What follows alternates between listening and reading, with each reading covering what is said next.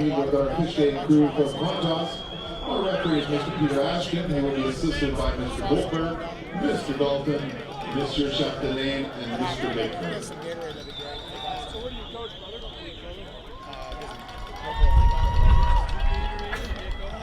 you get us 2 gallons of water, that'd be great. Thanks, buddy. Hey, Terry, they have some like juju. If they got it.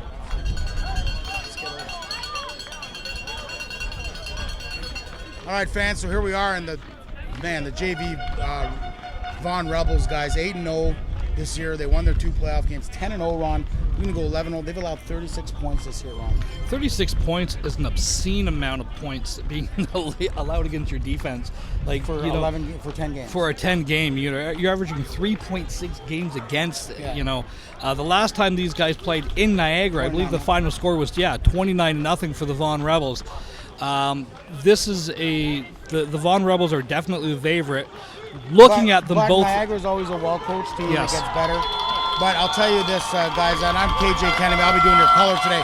Ron Fordo will be bringing your play-by-play. But guess what, guys? We got a lot of different names here, Ron, that will be hard to pronounce. So bear with us, fans, as we try to get you the right players. Yeah, and again, just the eyeball test. This Vaughan Rebel team is huge.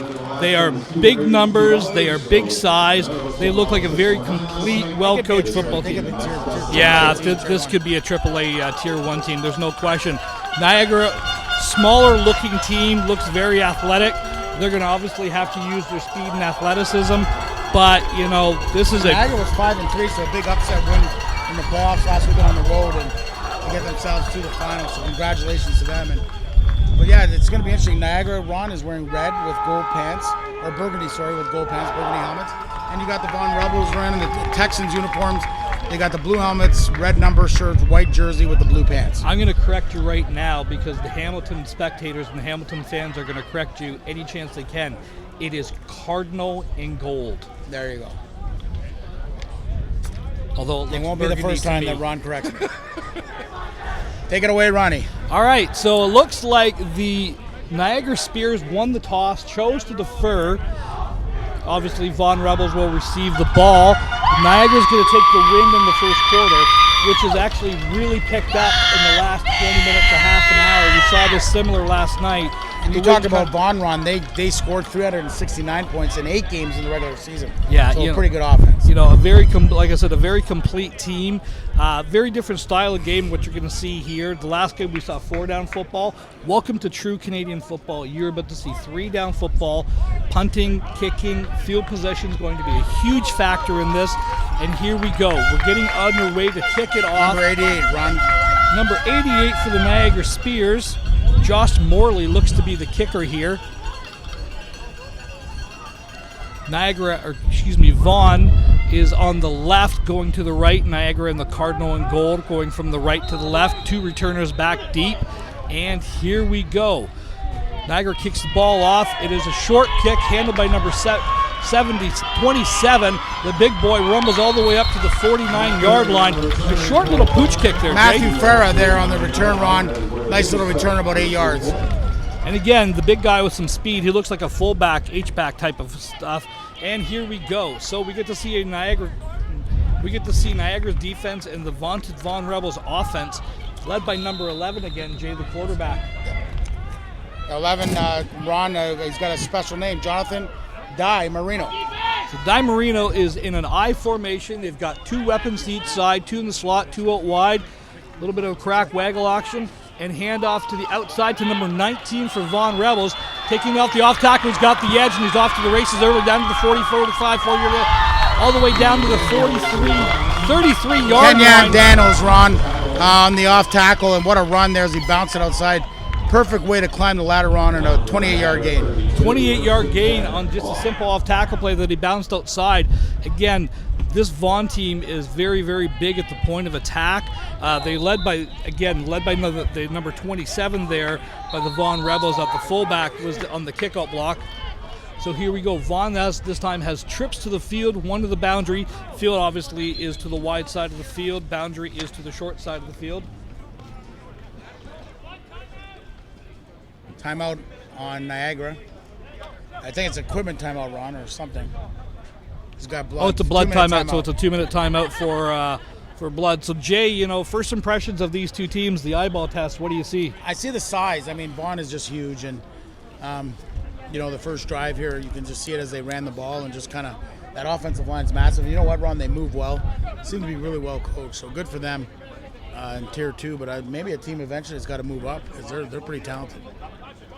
And again, just the size and the speed of these guys. Like when we saw them warming up, I was quite taken back by them. So was our WeeStreem guy who's running it for us. He's just doing a great job for us.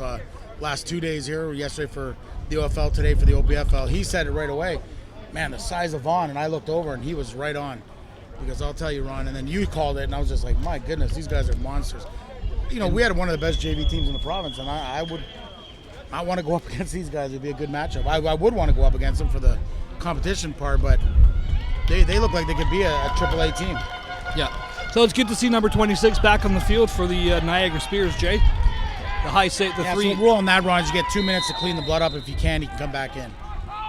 So here we go. Pistol formation, 3 receivers to the field, 1 to the boundary, 2 running backs.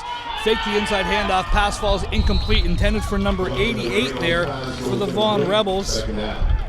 That is Fleece was the intended receiver, who's more of a tight end. Little play action there, Ron, and they try to go to the flat, like where you like to go.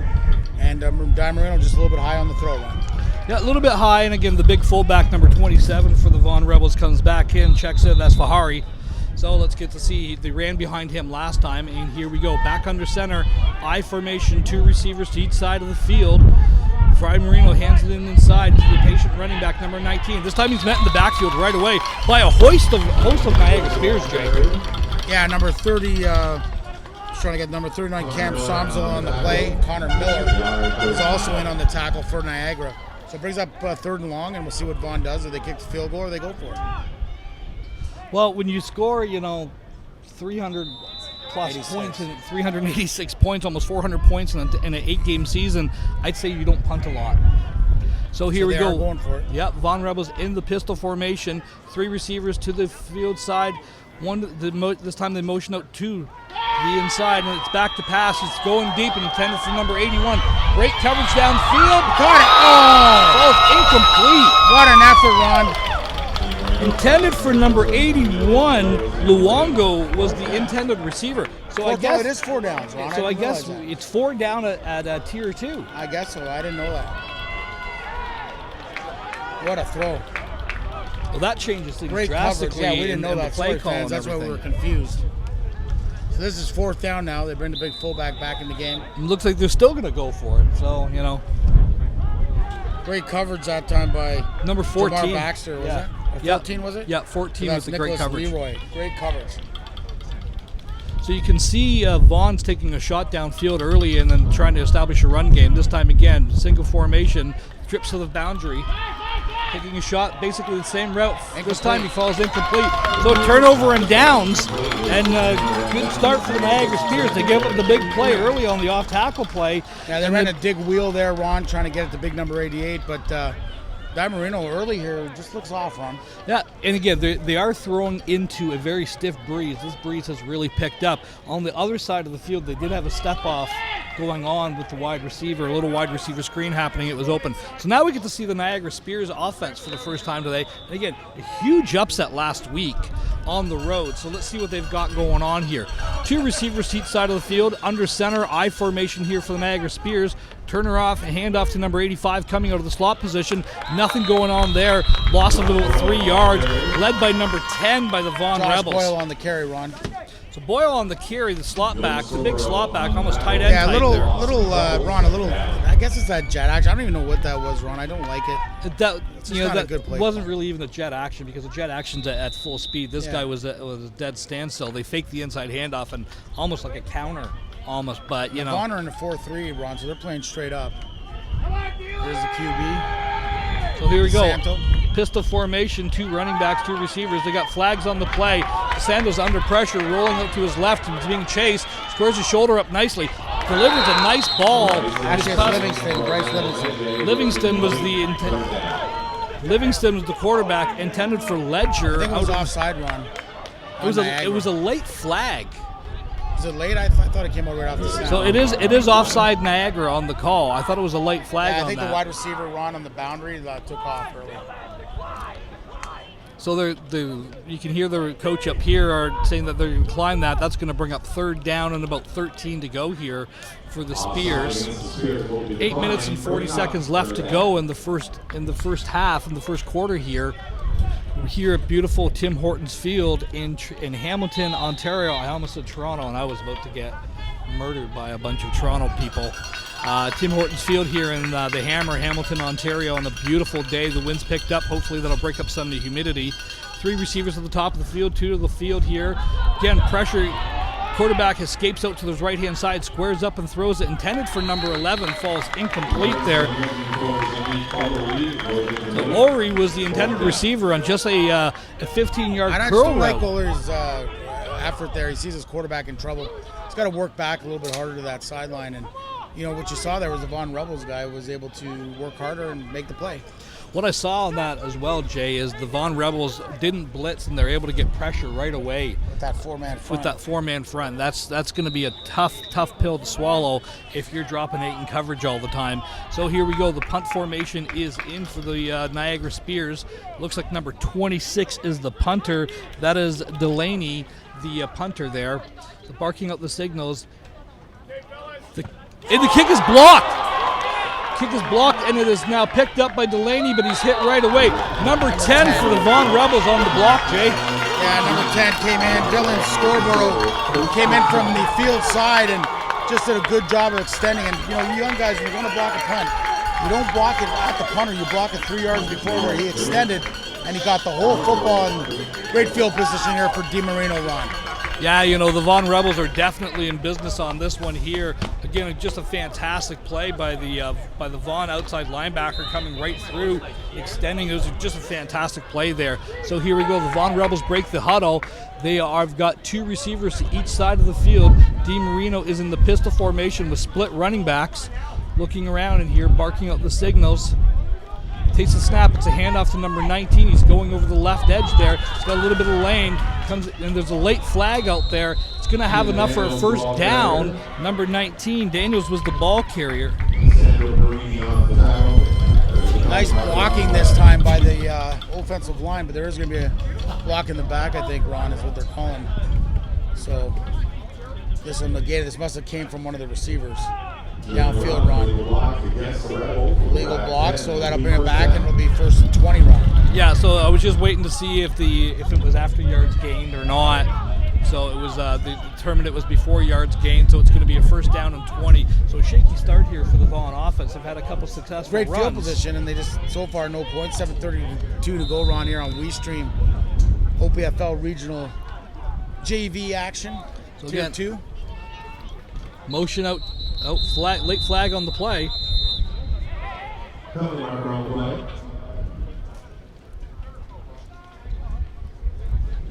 Is there a new quarterback in, Ron, number 9? I think they got a new quarterback in, Ron. Marco Simone was in there. Yep. Number 9. I don't know if is Marino banged up a bit. Not sure. Well, I wonder if they use 2 quarterbacks, Ron. 9 is definitely in at quarterback. So offside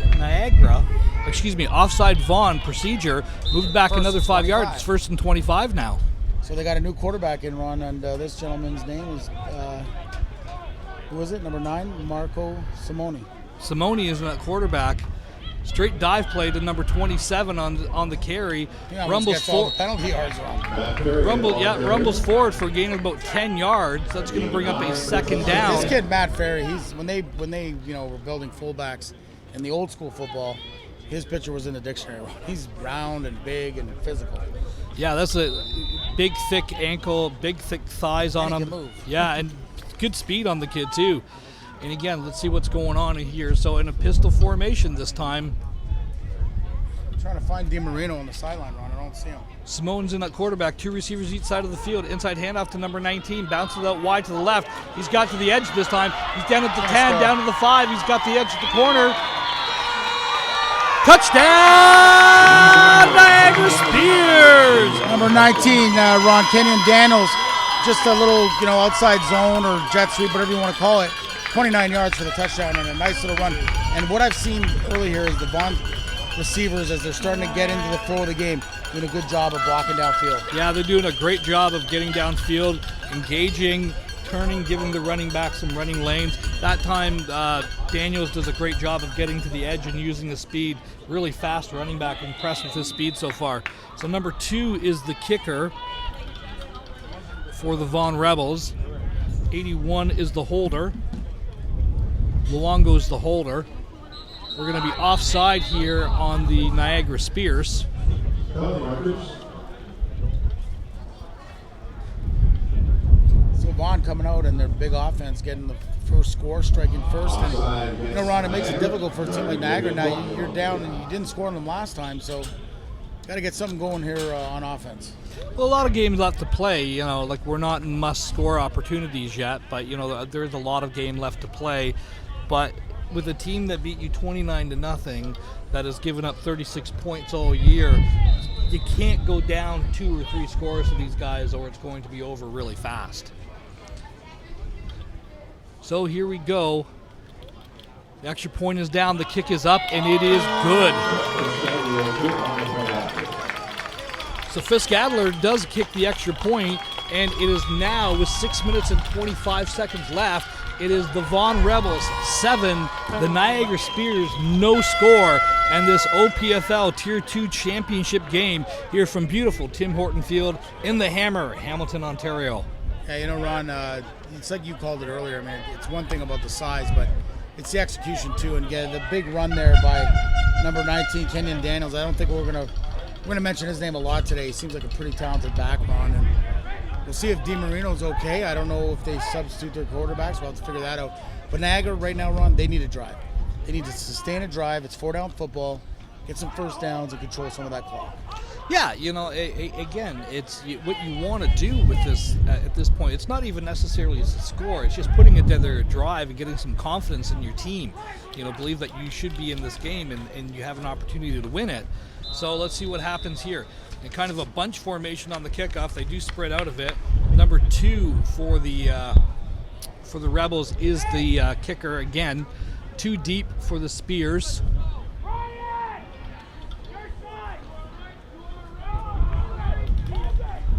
A little bit of a breeze again. The breeze has picked up off and on here. It looks like it's kind of twirling around a little bit. If you look at the flags, one flag's blowing in one direction. Welcome to the old Ivor wind here, Tim Hortons Field. The wind is blowing from both directions on the field at this point. Yeah, the wind really has picked up, Ron. Hopefully it'll break up some of the heat. And again, the kick is away. It's a short kick over to the left-hand side. The Vaughan Rebels have recovered it. And it's going to score, Ron. That's the backup quarterback, number 9. Wow. Down to the 5-yard line. Number 9, Marco Simone. That was beautifully executed, Ron. With the wind and everything, they have to get the hold. And, Simeone picks up the ball and goes 44 yards, takes it to the 6-yard line, I think, Ron. Wow. Jay, I've called a number of games with the Mustangs over the years, and we talked about that's something that we see the varsity Mustangs do a lot. You have an opportunity to put your foot on the throat. You put your foot on the throat and squeeze. That's what these guys are doing. Yeah, and Vaughan is definitely taking that to heart, and they're actually going after them here. So it looks like number 11 is – no. I thought number 11 was in that queue. I'm just double checking that. So they must rotate them, Ron. DiMarino's back in. This is going to be a delay of game here, Ron. They're taking way too much time to break the huddle. Looks like they got too many guys on the field, Ron. No, they've got... They got 13, Ron. Yeah, they do. They got 13 guys on the field, Ron. Do they or no? Maybe it's 12. You know, Ron, here's what I have the issue with. Okay? We're going to have Chris Vinter at halftime with a little interview. That was a delayed game, clearly. You know, and they don't call it, and I don't know. I don't get that. That was way over 25 seconds. That was like, it's 20 seconds. That was like close to 35. Well, but nevertheless, DeMarino hits his guy in the back of the end zone, number 88, Ron, on the catch. And, wow, nice little fade route to Patrick Fleece. just a 5-yard little fade route. A greatly placed ball just to the back corner of the end zone. Let his receiver run that should under have been it. blocked. Basaglia with the extra point, but I'll tell you, there was a Niagara Spears guy right in the backfield, and I thought he was going to block that run. Yeah, so he was really close to blocking that. 14-0 with 5 minutes and 42 seconds left in the first quarter here, Jay. It's not the way you want to start if you're Niagara. No, that's definitely not the way you want to start if you're Niagara and everything else. You got to be alert here on the onside kick here, because if they get this one, this could be a rout. Yeah, the route alert will be on really quickly if they get this. What Niagara's got to do here, Ron, is they got to get the football, number one. Then they just got to get a drive going. Eat some clock up. Points are at a premium. You need to get some. But if you even a nice drive, keep your defense off the field, and force Vaughn to go for a long field. Because right now, Vaughn's had the ball every single drive inside the 30. Yeah, and you've got to be able to. You've got to be able to force them to drive the field and make mistakes. There was a penalty there, Ron, or no? Nope, kicking off from the 45. Okay. But I think there was a penalty on the last one when they kicked that short one, wasn't it? Because they were up to the 50. Well, it was the offside on the extra point, so it moved up 5 yards. So Let's here see what the kicker does here. Here we go from the 45-yard line. The wind has settled down a little bit now. It's time to decide to kick it deep. Ball bounces on the 20-yard line. It's picked up by number 85 for the Niagara Spears.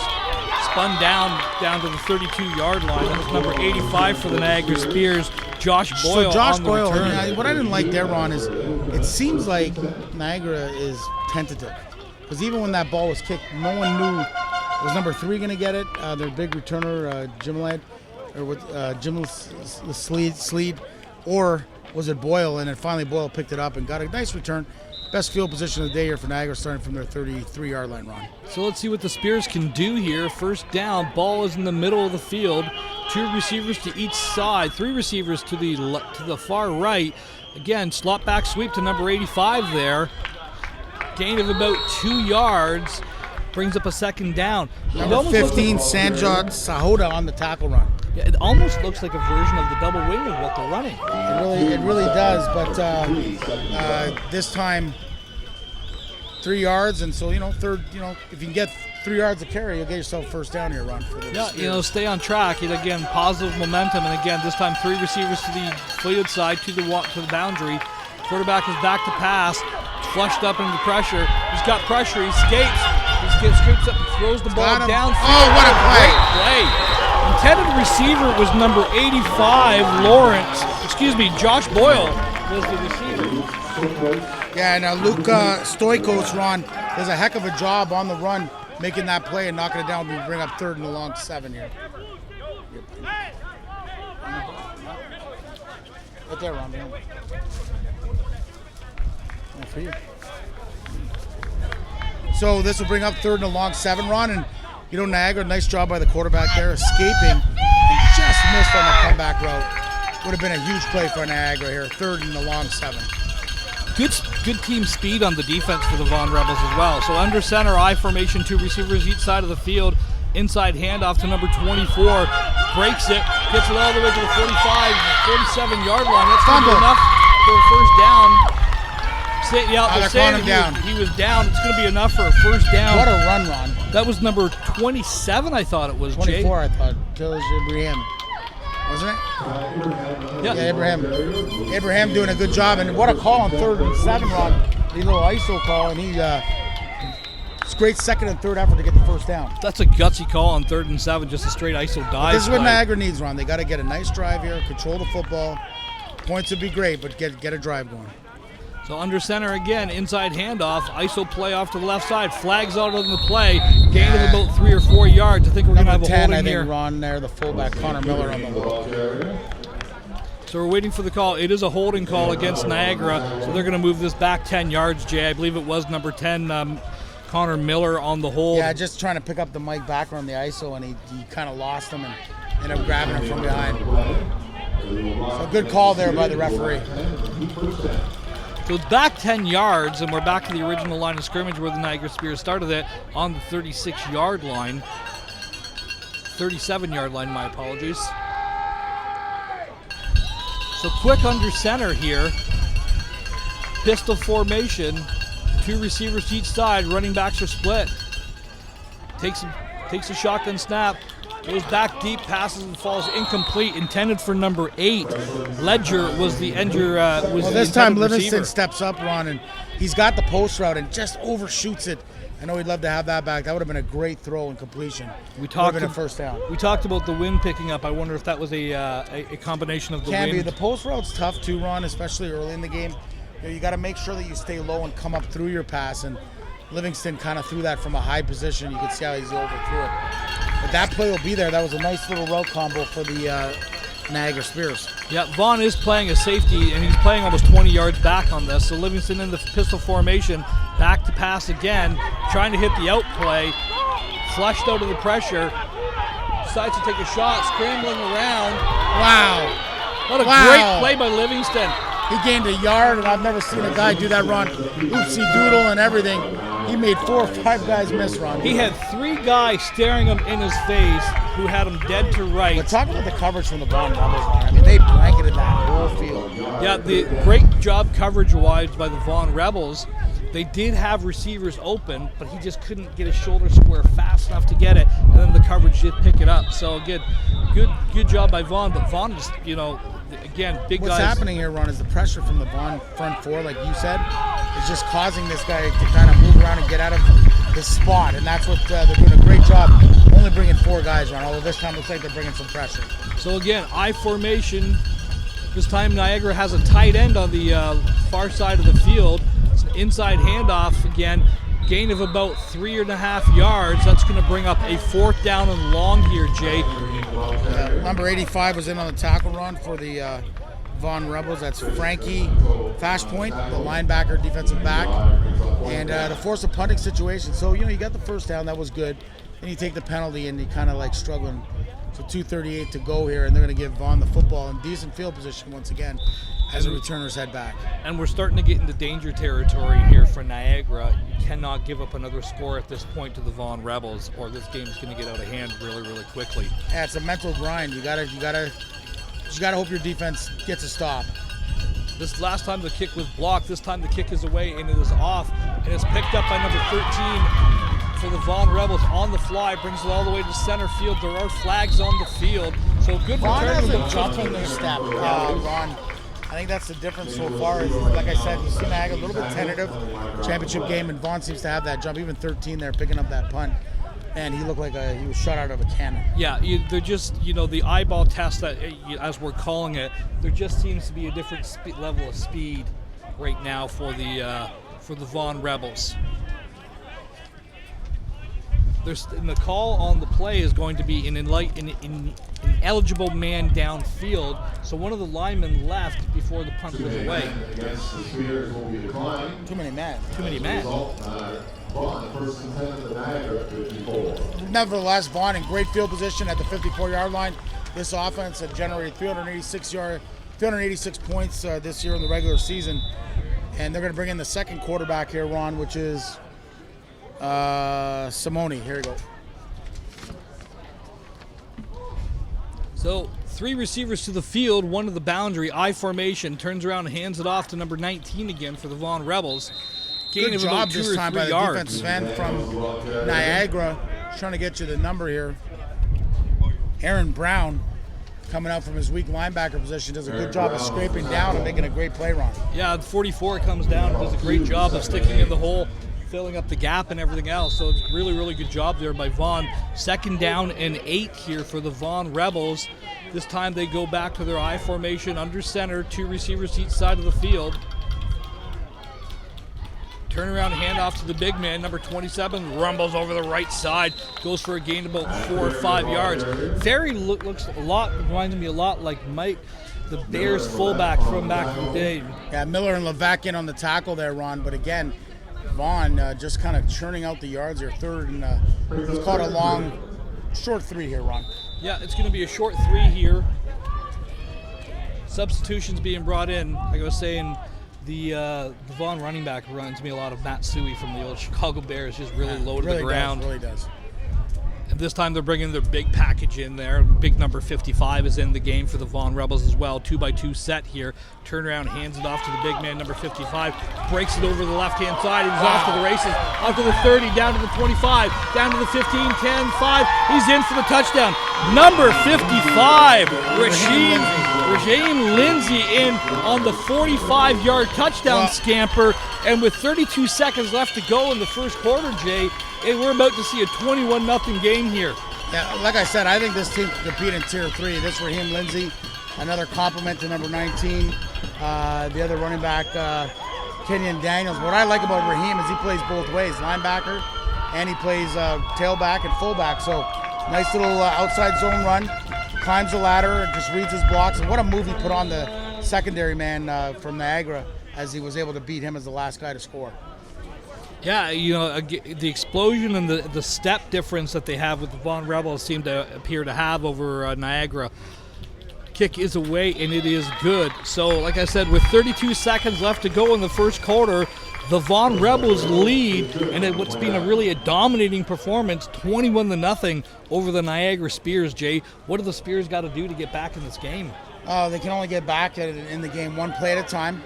They have to be able to, first of all, get first downs, Ron. And, you know, the more you can move the sticks and just maintain your composure. What I see, though, is in the regular season, the score is 29-0, Ron.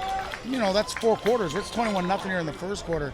Just hope that Niagara can find something deep inside to make this game a little bit more competitive. And, hey, they deserve to be here. They're here, so might as well, call out all the shots. But I'll tell you, when you look at Vaughn's depth and be able to go to 2 different quarterbacks and not lose a beat, that's pretty good. Yeah, it almost seems like, again, body language-wise, when watching them warm up, we were talking about it. Vaughn looked like they were here to play business. Niagara was happy to be here. Yeah.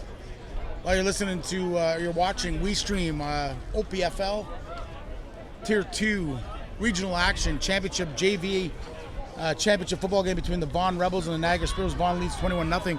Earlier today, Ron, we were able to call that 39-14. A lot closer game than the score indicated between Guelph and Woodstock, and Guelph avenging an earlier season loss and winning their second Tier 2 championship at Bantam. So congratulations to them. And our nightcap, we have Beckwith playing Sudbury, which will be a pretty good football game from North Bay, from 2 clubs that don't normally get their championship games. So it'll be fun to watch those 2 teams play. So here we go. The kick is off, and it's a squib kick driven down to the field. It's picked up on the 40-yard line, recovered by number 44 for the Niagara Spears, Jay. Aaron Brown, who right now is my pick for the player of the game for Niagara, as he's been doing pretty much everything. So 28 seconds to go here in the first quarter, Ron. And Niagara, good field position, their best of the day so far from the 40. So let's see what the Spears coaching staff and Connor Miller leads the team out there this time.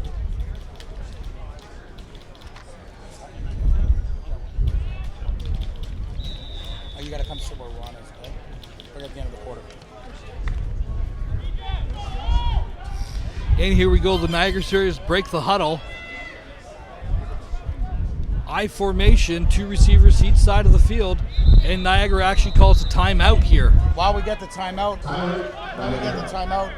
we're going to get Dan Fournier here with a quick interview, the Vice President of the OPFL. Dan, first of all, thank you for putting on a show here. I mean, this is the end of the season for you guys. Last week you had your Premier Division Championship games, and now you're sitting here with the Regional Division. What a show in the first game. That first half was unbelievable. And then, of course, Guelph winning. And talk about the difference. So, I mean, I didn't realize JV plays 4 downs at Regional Rep. Is that going to continue at the Regional Rep age? Well, it looks like it will. Again, that's a membership decision. Everything we do as a league is basically member-driven. The regional rep teams felt that by having 4-down football versus 3-down, it gave the kids some more reps. It gave them an extra down on offense and defense rather than the extra special teams. So that was a decision made by the membership.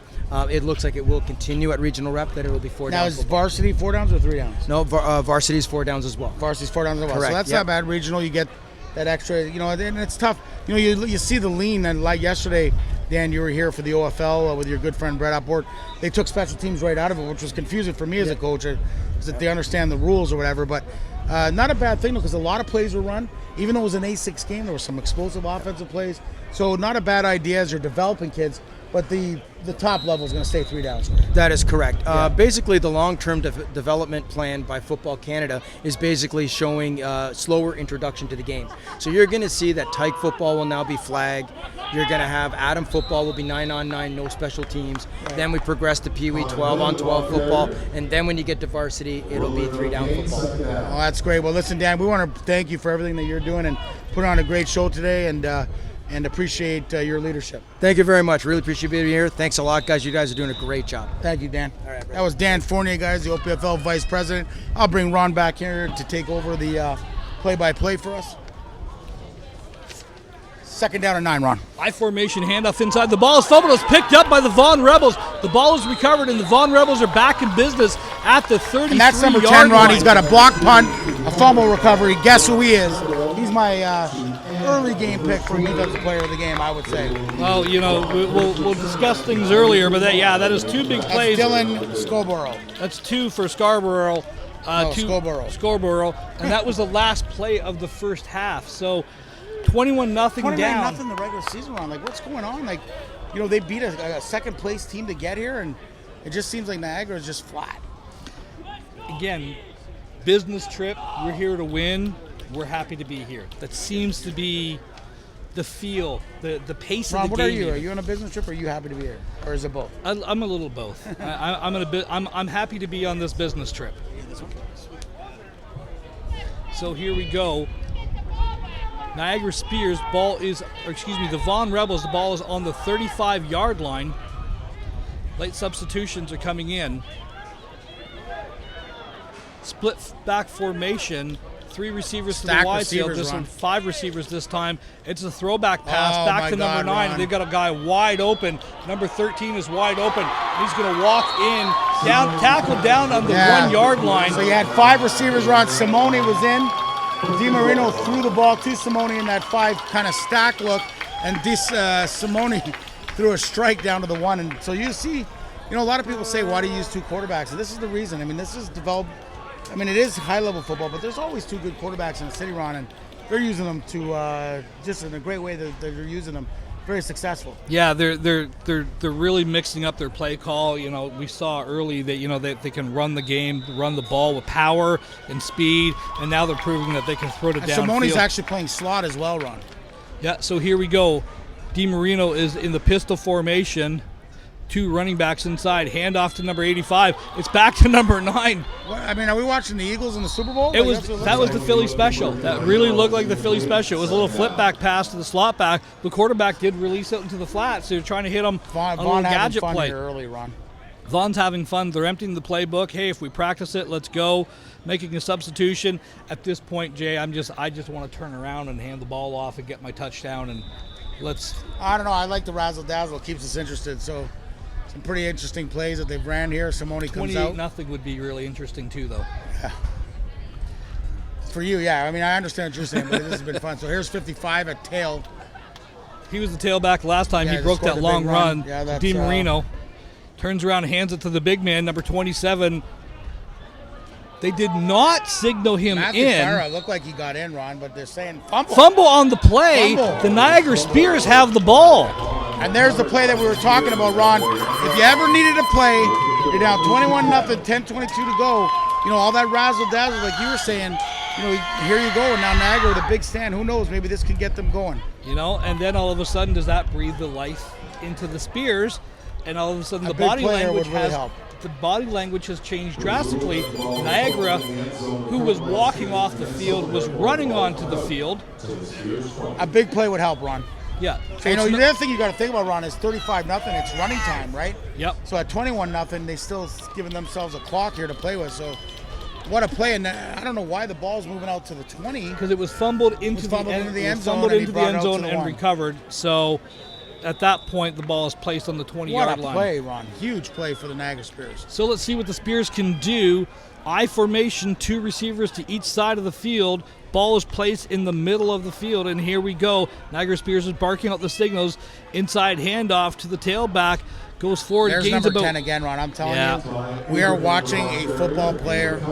This kid, Dylan Scarborough, is one heck of a football player. Also, number 93 was in on the tackle there, Jay, the big defensive tackle. 93 for the Vaughan is Rebels. Vincenzo Acelio. And I mean the big defensive tackle. This kid is got to be close to 250, 300 pounds. I would say 350, Ron, not 250. So they actually gained him. They actually marked it as a gain of 3. Back to pass, and he's met in the backfield. Makes the first man miss. Quarterback's running out, tripped up at the last second. By number 10? By your guy, Jay, number 10. Yeah, this guy here, Ron, I mean, there's lots of football left to be played, but he's got a block punt, a fumble recovery, and then a shoestring tackle that, you know, if Livingston gets outside, who knows if he's still running. Livingston had a lot of running room up there, and again, number 10 has really been the dominant linebacker for the Vaughan Rebels so far here. Let's see what Livingston and the Spears can come up with. Look at 96, Ron. 93 and 96. That's got to be close to 700 pounds of a wall in the middle there. And their two tackles. Well, and the 2 defensive ends are not small guys by any means. Julian Aversa. Number 92 is a big, tall kid with speed as well. So Livingston is back to pass, turns around and breaks it off to the left, gets down to the first down yardage beyond the 30, 35-yard line. And that's a big play, Ron. You know, Livingston, the one thing I like about Livingston is you can tell he's a gamer. I like to see him sit in the pocket and try to hit his first read every now and then. But I like the way he escapes, and he's kind of finding a little groove here of where he can get to as the pressure's coming in from that front 4. Again, they don't bring a lot of blitzes, the Vaughan Rebels. They just rely on that front 4 for pressure. And we've got a man down for Niagara. It looks like number 40 for the Niagara Spears is the injured player, Daniel Vendetti, Ron. Daniel Vendetti, who is one of the offensive guards, I believe, on that last play, Jay. So we're on WeeStream here, fans, and we just want to thank them for the opportunity to bring you live regional OPFL Tier 2 action at the JV level, and it's just been a beautiful day here. The breeze has come in. That first game was exhausting, Ron, just to call with the heat, but this breeze is really nice here. And you know, we talked earlier to Dan Fornio in the first game. We talked to Terry Barkley, and we're gonna have Chris Venter at halftime, Ron, and good opportunity to talk to him about officiating, which I feel like Ron has gotten leaps and bounds or where it was 10 years ago here in Ontario. And Chris is heads up. He's one of our OPFL guys on the board, and it works heavily with Terry, and he's one of the best referees, I think, in Ontario, and he's a great leader, and we'll get to hear some of his thoughts on some of the rules that we talked about, the changes in rules. And I'm even going to throw in that NFL rule, if that kickoff rule should be adapted where you don't get that run. I think that's a good rule. It'll save some injuries, and maybe JP Cercelli will kick less onside kicks. I don't think so. So here we go. First down and 10. The ball is on the 38-yard line for the Niagara Spears. Breaking the huddle, 2 receivers to each side of the field. Quarterback under center. This time they're in a fin formation, so it's fin left. And again, little jet sweep action here. Throws it out to number 88. Flags are on the play. Looks like we're going to have an offside call. Yeah, I think illegal formation. And that's unfortunate because that was a nice little play, a 9-yard gain as he threw it to number 88, Josh Morley. And Morley almost got the first, but we'll see what the flag is, Ron. So I don't know. Actually, he's pointing to Vaughan. I thought it was offside Vaughan. They lined up, yeah. So what do you do here, Ron? Do you go 2nd and 1? Oh, you go 2nd and 1. You take the play. You take the play. You're 4-down football. I know, Ron, but they're giving the first down. They're saying he got the first. So I guess to take that. I thought he was a yard short. So yeah, good gainer, good little play design, and all of a sudden. So here we go, Ron. Now you said it, the razzle-dazzle on the 2-yard line instead of powering it. Guess what? Ball's almost at midfield. Niagara's got to drive. Trying to stay alive here. Livingston, Ron. Under center. Under center, I formation, 2 receivers each side of the field. Inside handoff. Number 24, good gain on the play of about 4 or 5 yards there. That's Tyler Abraham on the carry. Again, 4 yards on the carry. You're staying on schedule, Jay. You know, running the ball inside and in 4-down football, when you can, I heard Coach Urselli told me this, the simplest offense wins in 4-downs football, because if you just, keep the chains moving, you play good defense, don't turn the ball over, you're going to win a lot of football games. And right now, Niagara settling things down, kind of finding their groove and what they can take advantage of. This defense has been phenomenal. 36 points allowed in the regular season. Are you kidding me, Ron? That's unbelievable. Yeah. We saw 39 points scored today in a game. Yeah, well, exactly. And Vaughn has actually called a timeout now, called the defense over. So they saw something. I will say they looked like the Vaughn had made an adjustment. They were in a zero cover look, so they had everybody within 4 yards of the line of scrimmage. So we were talking about not bringing pressure. I believe the Hounds were about to be released on that one. And they probably saw something they didn't like. But here's the problem with a kid like Livingston. If you don't get to him, he'll make you miss, and you're going to get one-on-one coverage down the field. So you better get coming. Again, like you said, we haven't seen much pressure from Vaughn, so maybe they're just dialing it up, bringing it at the right time. Niagara Spears, Ron, the Vaughn Rebels are coached by head coach Gianfranco Shapiria, Andrew Bruno, Michael Ballesteros, David Fulton, Khalil Graham, Michael Bencherry, Erica Boni, Mario DiMarino, Will DeMonte, Joseph Scozzari, Nick Luongo, Ian Sutherland, Cameron Simoni, Avik Mugjer, and Peter Sayafatu, the undefeated Vaughn Rebels coaching staff. Here we go. So here we go. Pistol formation. 2 running backs split this time. Back to pass. Taking a shot deep to number 85. And it's caught! Down to the 20-yard line. Down to the 15. Down to the 10. Down to the 5. Jay, the Niagara Spears are in business. First and goal on the 5-yard line. I like this Livingston kid, Ron. He's a tough kid, man. And he just made a great throw into double coverage.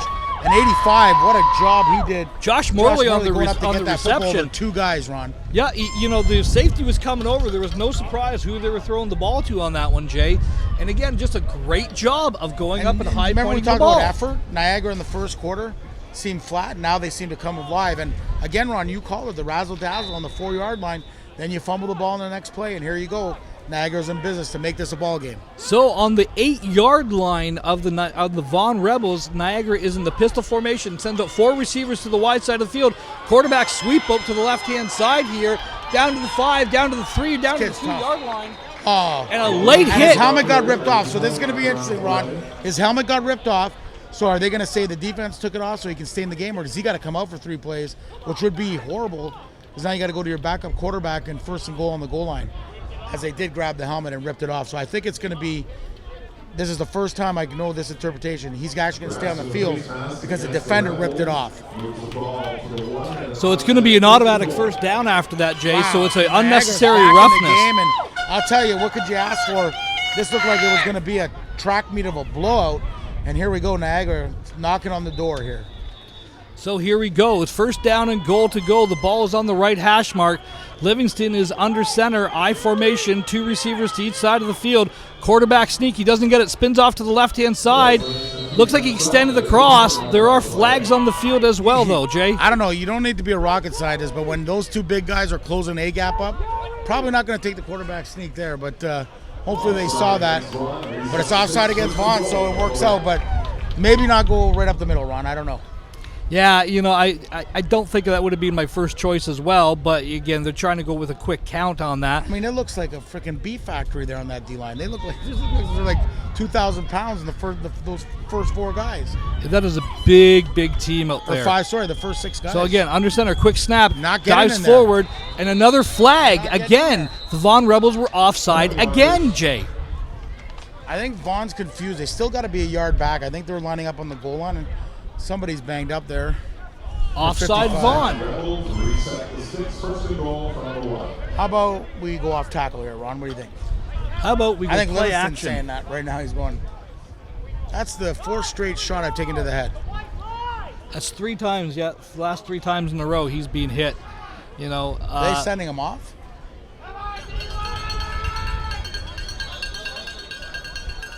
No, I don't think so. Yeah, they did. Livingston's out of the game. So number 12 is in at quarterback for Niagara, Jay. Taller kid, and he fumbles the ball, recovers it. It is still Niagara's ball. It's going to be second down. Why is Livingston out of the game? I don't understand. Did his helmet foot come off, Ron? Well, you got to remember, in the Canadian game, the referees, if they suspect a concussion, they can send you off the field. Nobody's checking a concussion right now. We saw it yesterday as well in the game that we were calling yesterday. In the first game, Jay, there was a player that was sent off to be evaluated for a concussion. Now he ended up coming back in, but he was evaluated. The referees do have the ability to send you off. But I'm just saying, no one's evaluated me. I just don't know why you go to the backup here.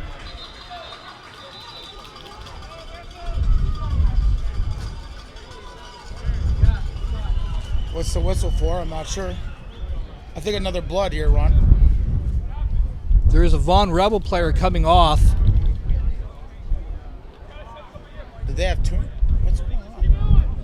I don't understand what's going on. Do they have too many men on the field? So that should be a penalty.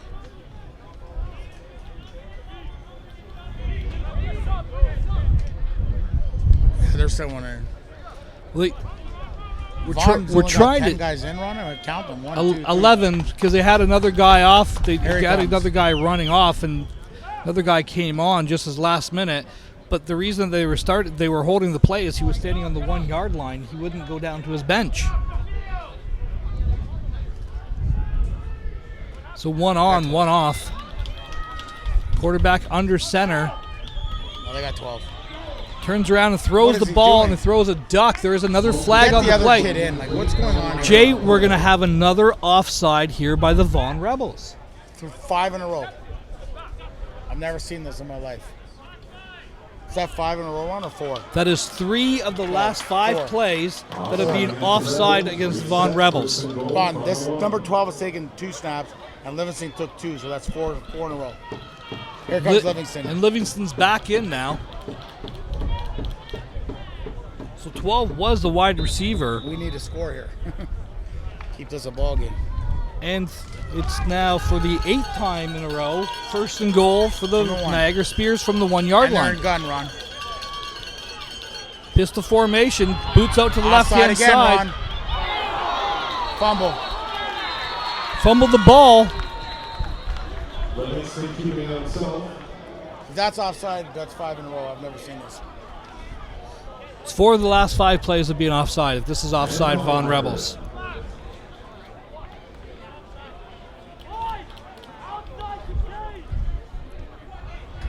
Wow, 5 in a row, Ron. Livingston's ran 3 of them, Ron, and the other guy had 2. That's 5 in a row that they went offside. This is unbelievable, unprecedented. The Vaughan coaching staff is not happy right now for obvious reasons because the same guy keeps going offside, I guess. Livingston in trouble, and he's going to get sacked down about the 10-yard line. And another flag. I'm trying to determine what's going on. I was going to call a hit to the head here, but I'm not sure. I think it's on Vaughan.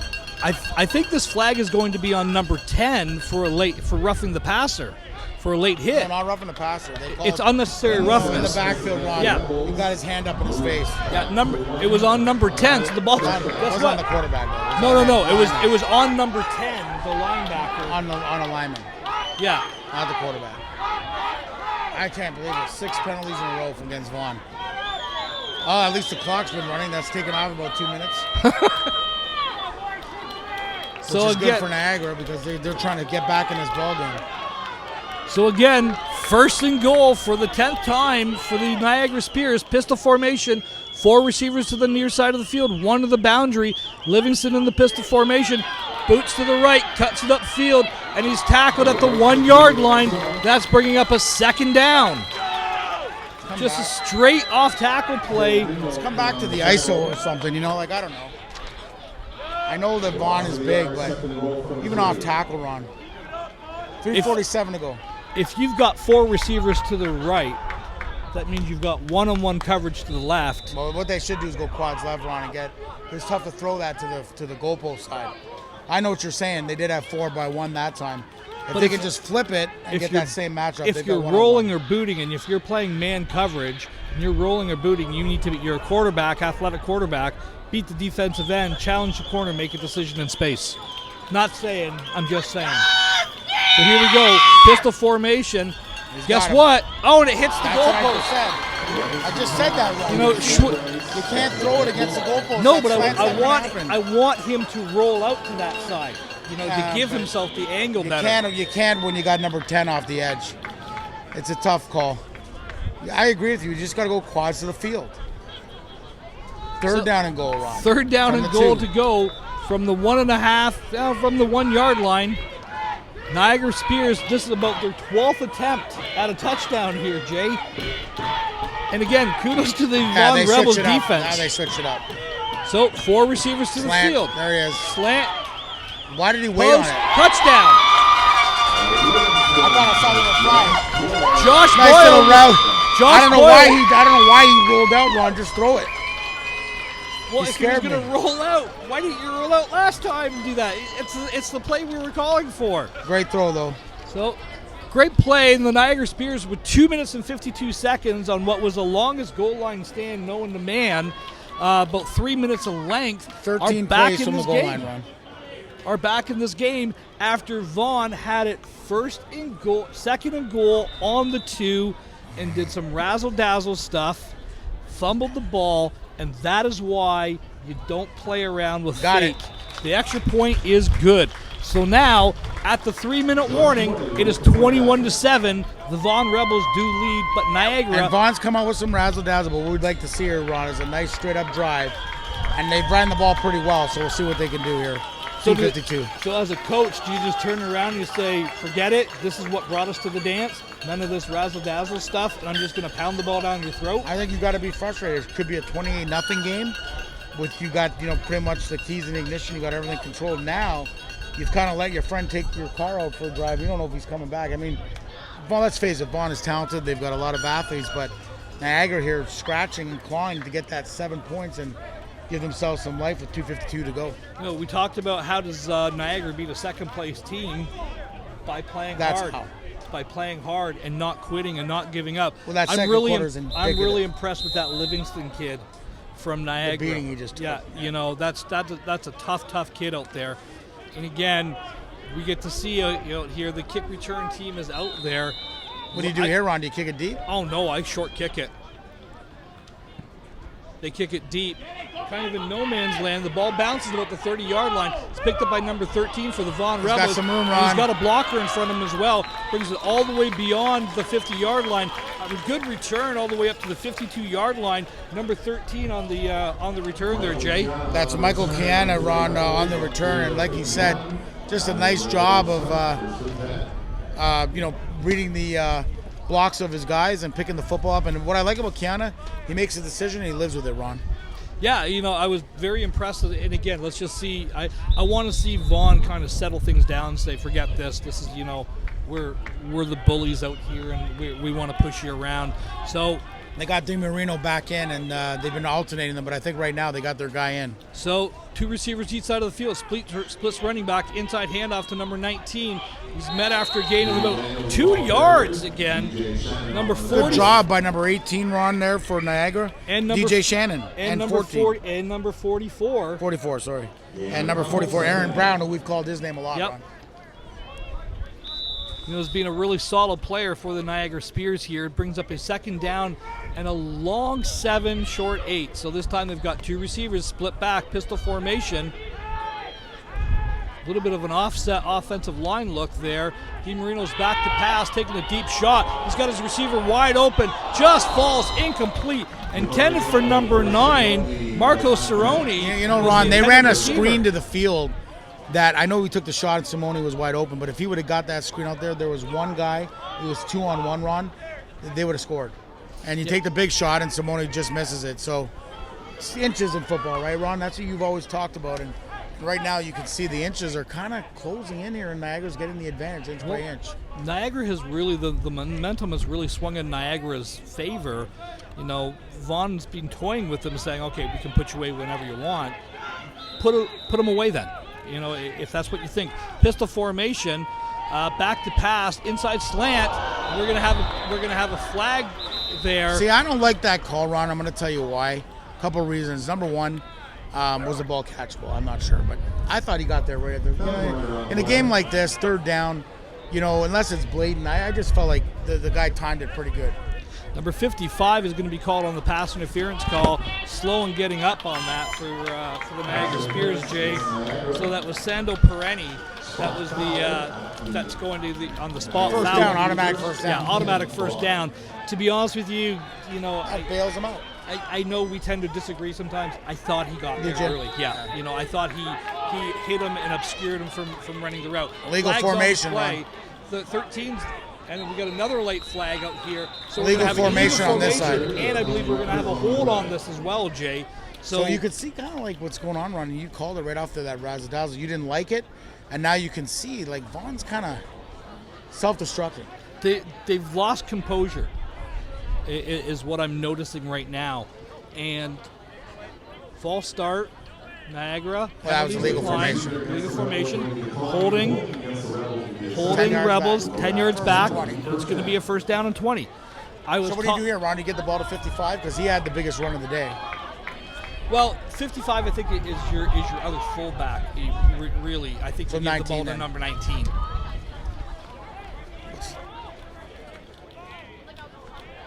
Keenan Daniels? Yeah, Keenan. I'm going with Daniels here. So pistol formation, inside handoff to number 55. 55, takes it over the middle, breaks and makes the first man miss. That's a big load of a man. Takes a gain of about 15 yards. That's going to bring up a second down in about second. So gain of 13 on that. Number 55 for the Vaughan Rebels was the ball He got all carrier. the penalty yards back. He's That's a pretty Raheem. good player. Yeah, Raheem Lindsay. That's a heck of a ball player. I don't know there. right now, Ron, between him and Daniels, I think it's easy. They both had a great game. Well, again, I'm very impressed with the quarterback from Niagara and his toughness and everything else in there right now. So let's wait to see the second half before we start nominating players. Inside handoff to number 19. Daniels is met after 44, Brown. After a short gain. Brown again, you know, on that defense for that scrappy, really, the scrappy effort by Niagara, the scrappy defense, and it led Just gotta by not- the not junkyard take dog. penalties. Yeah. Brown. Beast. So here we go. It's bringing up a third down and about 4 yards here for the Vaughan Rebels. We just passed the 50-yard line. The ball is on the 46-yard line right now.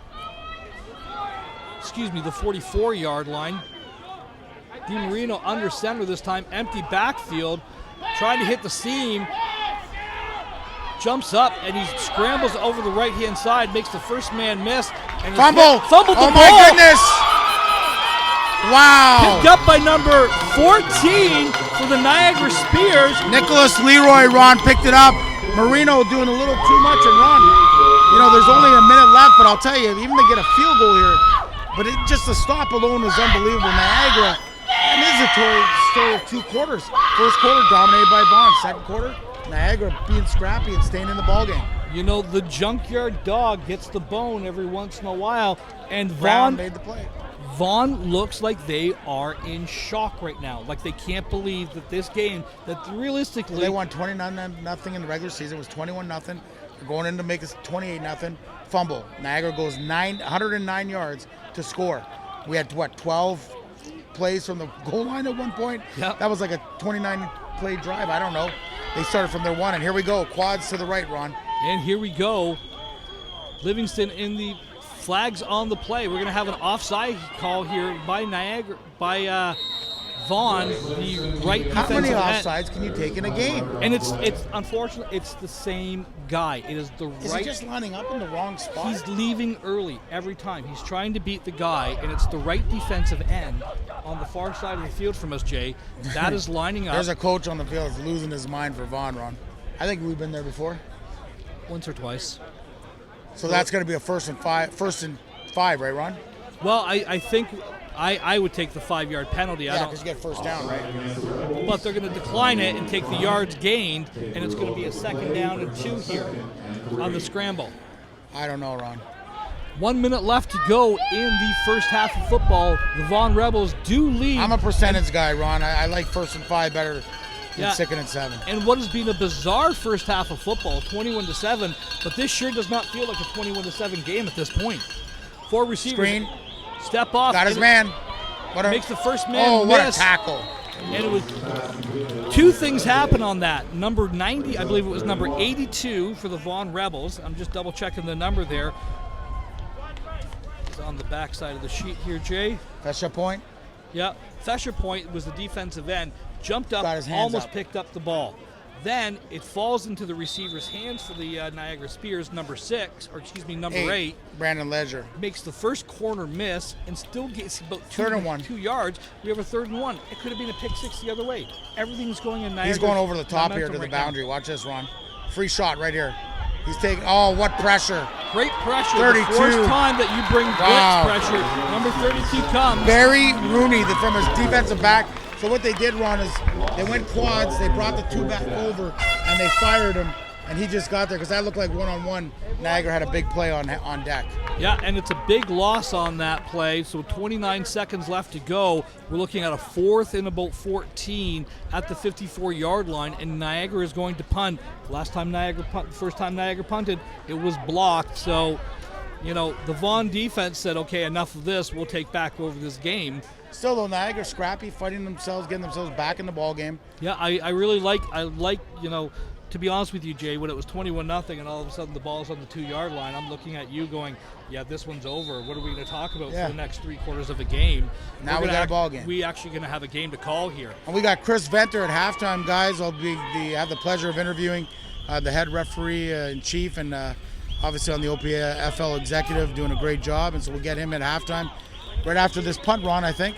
Well, I think they're going to run the clock down 19 seconds here. They are electing to punt the ball. The kick is away, and it's punted down to about the 29-yard line, bounces around a little bit, picked up at the 25. First man missed. There are flags on the play. It's returned all the way back to the 35-yard line. I think we're going to have a block in the back here by the Vaughan Rebels, Jay. I think it's going to be the end of the half. So, fans, you're watching WeeStream coverage of the OPFL Tier 2 Division. Vaughan Rebels JV lead 21-7 over the Niagara Spears, Ron, and we'll get you right back at halftime. Actually, we're waiting to see what the flag is. So does that mean there's an extra play, Ron? How they're going to call it. So we'll get Ron back at the half. Now we're going to get the pleasure of getting Chris Venter in here, guys. Referee in chief, come on, sit down right here, Chris. So Chris, tell us your title for the OPFL and of course what you do for officiating in Ontario. As far as the OPFL is concerned, I'm the referee-in-chief. The role involves coordination amongst the local teams and centers and the league and all the local officials associations. As far as an official goes, I'm also on the field doing local football from young kids through high school to the Ontario University Athletics. And now, Chris, how long have you been doing this now? Long time, right? Since 93, so about 25 years, yeah. 25 years, Chris. Tell me the improvements that you've seen, number one, in the coach-referee relationship, which was kind of not doing well about 5 years ago, but I think things are a lot better, and you're a big part of that. Yeah, absolutely. I think the most important thing is to establish a rapport and an understanding outside of the football. That's why the position of referee-in-chief is important. And establish that understanding and communication so that coaches know what to expect, they understand the rules, and they know why certain things are being done or being called. I think that understanding promotes a better relationship. Talk about the targeting rule. It's a new rule. You've had to deal with it all year. Hopefully there'll be some tweaks to it. The NFL's adopted it, where they make a decision that if it wasn't intent to injury, it's not 2 games. Talk about some of those new rules that have come in and how you guys are helping us to understand them. Yeah, so Football Canada has been very serious about player safety, which has always been a priority. A few years ago, we introduced the blindside block as being illegal, and that has cleaned up a lot of the unnecessary hits on those type of plays. And most recently, this year, the targeting rule came in. It was an act that was always illegal, and now the sanction is just bigger. It involves 25 yards and a disqualification for hits to the head with a hard part of the body that are targeting. In other words, a player meant to hit them in that area. And that's subjective, and you guys do a good job of making sure you get the right call. Chris, talk about the youth movement. We need more officials. What are you guys doing out there to recruit more young officials? Because as this game grows, we really got to have that youth movement coming in to referee. Yeah, it's been a problem for a long time. We always need more good officials. We need younger officials to come in. A lot of us are getting older. We're going to have a lot of turnover in the next 5 to 10 years, and we really need to recruit more officials. So we've been going, to various high schools and teams, especially trying to pick up some people. Even on this game, we've got a former student of mine from many years ago who's an official. So we've been doing what we can. But if anyone out there is interested in officiating, it's a great way to be involved in football that doesn't involve a full-time commitment. As you know, with coaching, it's all-encompassing. You're out there every day. If you've got only one day a week to give to football, officiating is a great way to stay involved. And Chris, you've been doing this for a long time, and officiating, everybody gets on them. How do you guys maintain that? I was here yesterday and I had fans heckling our offensive line, and I'm thinking, do you guys even know how to play offensive line? But as a referee, you guys get heckled, you get blamed.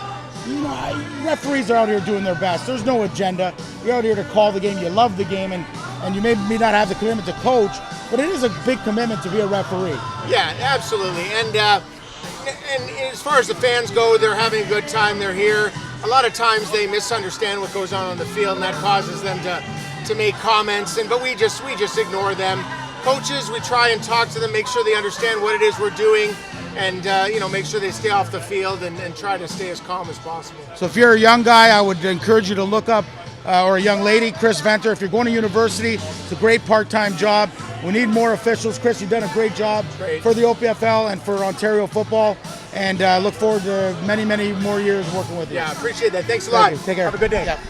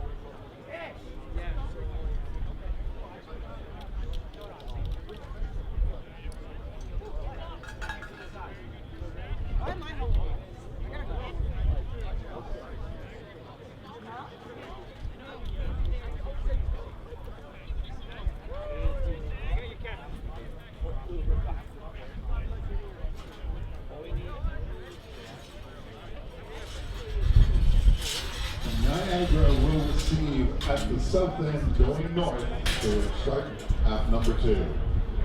Also, the unnecessary roughness penalty, actually correction, they were going from the north to the south. The unnecessary roughness penalty in the last play of the first half will also be applied on the kickoff.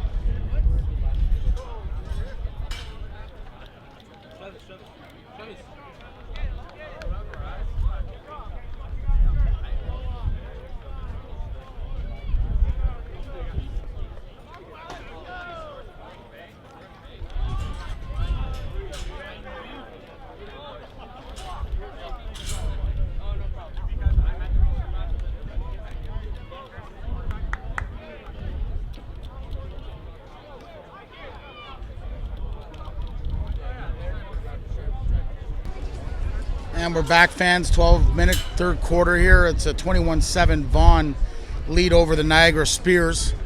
As we get ready for the second half kickoff, Ron Ford will take you away on the play-by-play, and then we'll be at the conclusion of this game, probably with about a 10-minute break, we'll be into the final game of the Opfl season.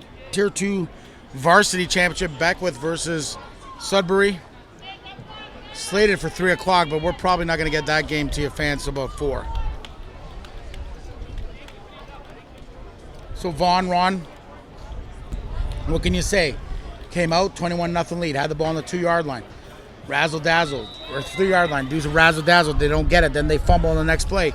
Niagara goes 109 yards and scores. And then a turnover late in the half, but Niagara wasn't able to capitalize. But they get the ball here. They're one drive away of making this game a real tight game. Well, that razzle-dazzle play we talked about it, the turning point in the game has really been the changing complexion of this game. Ball is kicked. It's picked up on the 40-yard line by the Spears. Brings it all the way back out to the 47-yard line, it looks like there. Number 19 on the tackle for the Vaughan Rebels. Number 3 was on the return, Ron. That was the kicker, actually, Gilmasneed on the return. So let's see what Good field position to start. Yeah, let's see what Livingston in this scrappy, the best way to describe them, scrappy Niagara Spears team can come up with in the third quarter here. Livingston was the bright spot, able to find number 85 a couple of times for some big plays. His receiver, Morley. Yep, 44 has also been a really good player. Yeah, for Brown's the, been great. Yep. So here we go. 4 receivers to the right, rolling out that way. Livingston's trying to find somewhere to go. Cuts back against the grain, makes the first man miss. Carries the ball all the way down to the 51-yard line. It's going to be a gain of 5 on that. Brings up a second down. This kid is scrappy, Ron. I mean, he's been taking, that's a 5-yard gain, and now he worked for that one.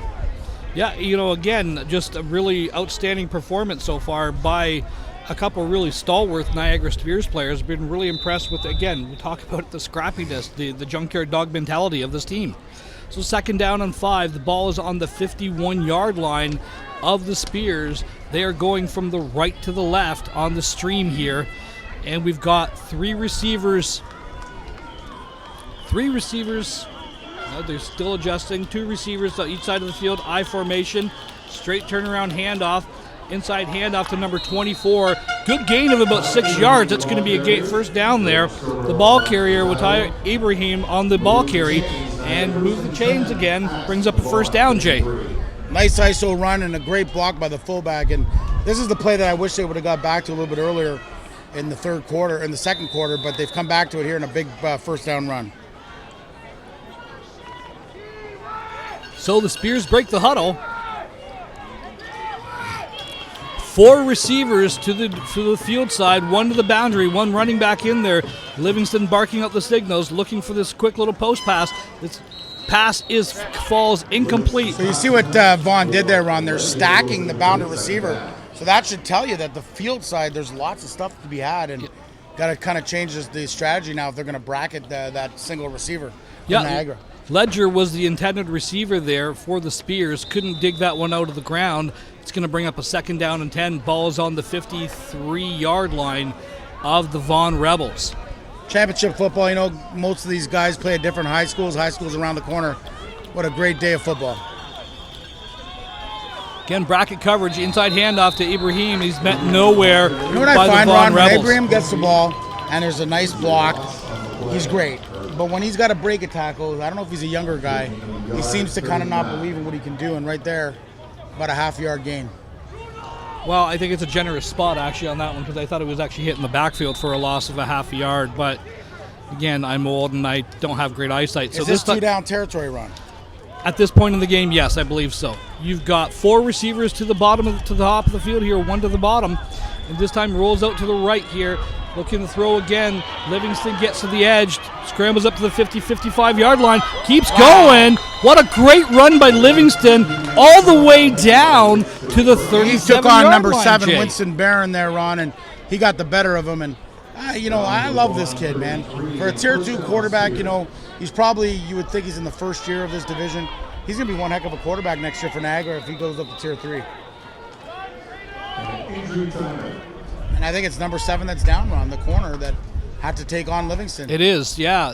So fans, you're listening to football, and we're watching, on the WeeStream feed. If you go on the Opfl site, click on to the WeeStream feed, you should be able to get onto it. I know some people are looking to get onto it on the YouTube link, and they're having trouble. So welcome fans all across North America and even some in England, Ron. It's a great opportunity to bring football live from WeeStream, Opfl Regional Action. And Ron, you're calling this game, and you've called a lot of games this year. You put in a lot of miles this year just calling games as well as coaching them. Yeah, a few. We were here yesterday. We talked about at length that we were here yesterday. We were both involved with the OFL Challenge with Baltimore, so we were here yesterday. Week before that, we were in Essex with the OPFL Tier 2 or AAA championship games. Congratulations to the host Essex Ravens Bantam team on winning that one, the Junior Varsity Mustangs, and of course the Hamilton Ticats at the JV level. Livingston's back to pass. He's got a receiver, just doesn't quite complete the route, falls incomplete. So that's the vertical route, Ron, and what we tell quarterbacks to do is, number one, he looked at it early. If you want to take the outside guy, then take it. But you got to throw that ball 16 yards on a line, not put air under it. And that's just a tough throw you got to learn to make. But Livingston just overshot him. But again, I don't mind the opportunity. No. I don't mind the play call of. We talked about this at the last game, throwing the ball on first down just to kind of loosen up the pressure a little bit that some of the teams can provide on you. And again, 4 receivers to the near side of the field to the right. Livingston rolls that way. This time he's bottled up and he's met in the backfield. I just don't know what he saw there, Ron. Like, you got one-on-one coverage. Like, just take a shot. Sometimes it's hard to understand. Quarterback's a tough position to play, and you kind of no one down in distance, 3rd and 4. Losing 4 yards. You put yourself in 3rd and 14 or 15. It's not where you want to be. So no, it's a definite passing down here, and I think you got a punt here if you don't get any yards, Ron, just to put them deep and force them to drive the football down the field. Well, you've had a punt. My thinking is you've had a punt block, and you're going into the wind as well, Jay. Yeah, you're right. I'm thinking myself. I like 2-down territory. I'm here to win the game, so let me call it to win it. That's my thinking again. 4 receivers to the bottom of the field, 1 to the top, blanket coverage up there. He's looking. Livingston this time scrambles out to the left, makes the first guy miss. He's got the second guy to miss as well. He's gone up. He's gone down. Wow! What a run! What a great run by Livingston. Now all the you way go for it. down to the 28-yard line. That's a gain of 10 yards, and that brings up a 4th down and manageable here, Jay. This is a really scrappy football player. I'm really liking this kid. Yeah. He's a kid that the more reps he gets, and this is why it's great to have Tier 2. And I know the OPFL would love all their premier teams to have, the second level, just because it gives that opportunity. Ron, you were looking forward possibly to coaching a Tier 2 team at London of grade 9 JVs, and this is the whole reason, right? Getting them reps. When I think you're really seeing this Niagara team looks like a grade 9 team. This Vaughan team looks like a grade 10 team. So you're seeing the difference, the size and everything. And here we go. The Niagara Spears are going for it. 4 receivers to the bottom of the field here. Flag on the play. I think we're going to have an offside call. Takes them out to the outside shot. The pass is completed and then dropped. And again, just waiting for the official to mark it. This is offside, number 92, the Vaughan Rebels. He is the guy that's been offside all game long, and he is hot. Automatic first down. That's going to be 5 yards, and he knows it. He started walking back right away. I don't know how I would handle this. I know how I'd handle it. The guy'd be out. I wouldn't. This is just way too many penalties in a championship football game by one individual. Literally, Ronnie, we're not exaggerating. He's taking about 9. He took 6 offside penalties on the goal line and at least 2 or 3 others. Yeah, 8 or 9. About 9. for him. You know, I don't understand this at all. Just watch the football, you know what I mean? Here we go. Livingston scrapping away. So again, Niagara Spears, the ball on the 22-yard line. He's got his one-on-one now, Ron, to the boundary. Got his one-on-one to the boundary. Let's see if he takes a shot to it. 4 receivers at the bottom of the field, 1 at the top. This time the Vaughan Rebels bring pressure. Livingston is going that way. He's got his guy, and it is completed. Touchdown, Niagara Spears. Number 8, Layden Ledger. And so that was a slant kind of seam route, Ron, where he ran the slant, but then he burst to the seam. The corner jumped the slant, and then he fell, Ron, and was able to somehow adjust his body and still catch the ball. It's 21-13 in a game we thought was over. In a game that realistically should have been over. You get cute, you get fancy, you think that you're doing something, all of a sudden, football, right, Ron? That's football. Great Karma and mojo has been I'll tell you Niagara one thing, man. Spears. Out of all the games I've seen this year in the championship style, which we've seen now, including yesterday, probably about 9 games, including last weekend, Ron, this Livingston's a player. Yeah, I like this kid. He's the scrappiest kid I've seen out of all these teams. And there's been a lot of great players, don't get me wrong.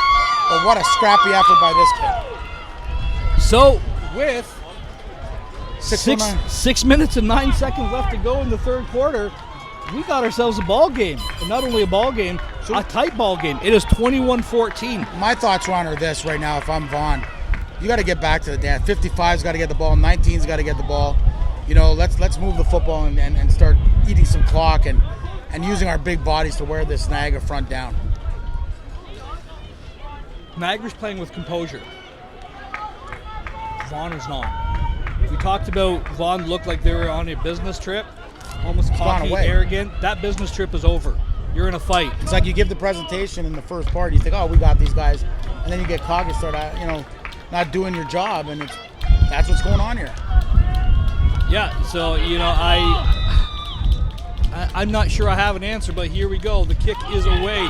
It's kicked deep this time. Bounces on the 25-yard line, and it rolls out of bounds at the 22, so that's going to be a procedure call. Ball's going to come out to the 40-yard line here, Jay. Still, though, I don't mind that because, you know what, I'll tell you, at number 9, I had no sense of urgency there. There was a Vaughan guy running down the field, number 29, Ron, and not Vaughan, number 29, Jamar Baxter, and he was about 5 yards away and knocking that ball out of bounds and securing that football for his team. No, and I like the call on that because that was a live ball. So let's see if and they get it at the 40, which they probably would have returned it to the 40 anyway. Well, yeah, based on what we've seen with the returns and everything else, that was that's the minimum distance that they've had the ball. So let's see what the Vaughan Rebels can do here. Vaughan Rebels break the huddle. Number 11 is the quarterback, so that's DiMarino. It's under center, I formation. 3 receivers to the top of the field, 1 down here to the wide side of the field. Inside handoff to number 19. Ball's dancing around a little bit.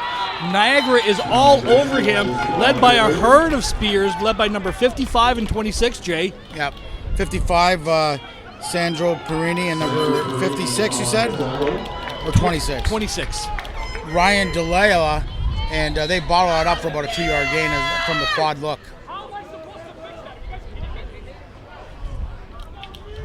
Second and long 8, Ron. Big fullbacks coming out of the game. And they're taking DiMarino out. I don't know what's going on here, Ron. He has an exposed shoulder pad. His jersey's ripped. You cannot play with exposed equipment. So you have to either sew it, tape it, or do something. But right now, they bring the backup in. The backup is back in. And another thing against the Vaughan Rebels has just happened. This is the craziest game I've seen in years. Yeah, this is nuts. So I formation, 2 receivers to each side. Inside handoff to the big man, number 55. Plows forward. I hope that kid's okay. 21. He took a shot there. I think it's 26. He delivered the shot. Ethan He's Robertson. slow in getting up. 26. Yep. Ryan DeLilla on the tackle, led with his head. You don't like to see that, Ron. I was watching a video yesterday of Ryan Shazier, and he can barely watch. Just what an athlete he was, and I'm a Raven fan, so I'm not a big Steeler fan, but respect Shazier, and it's just sad to see him.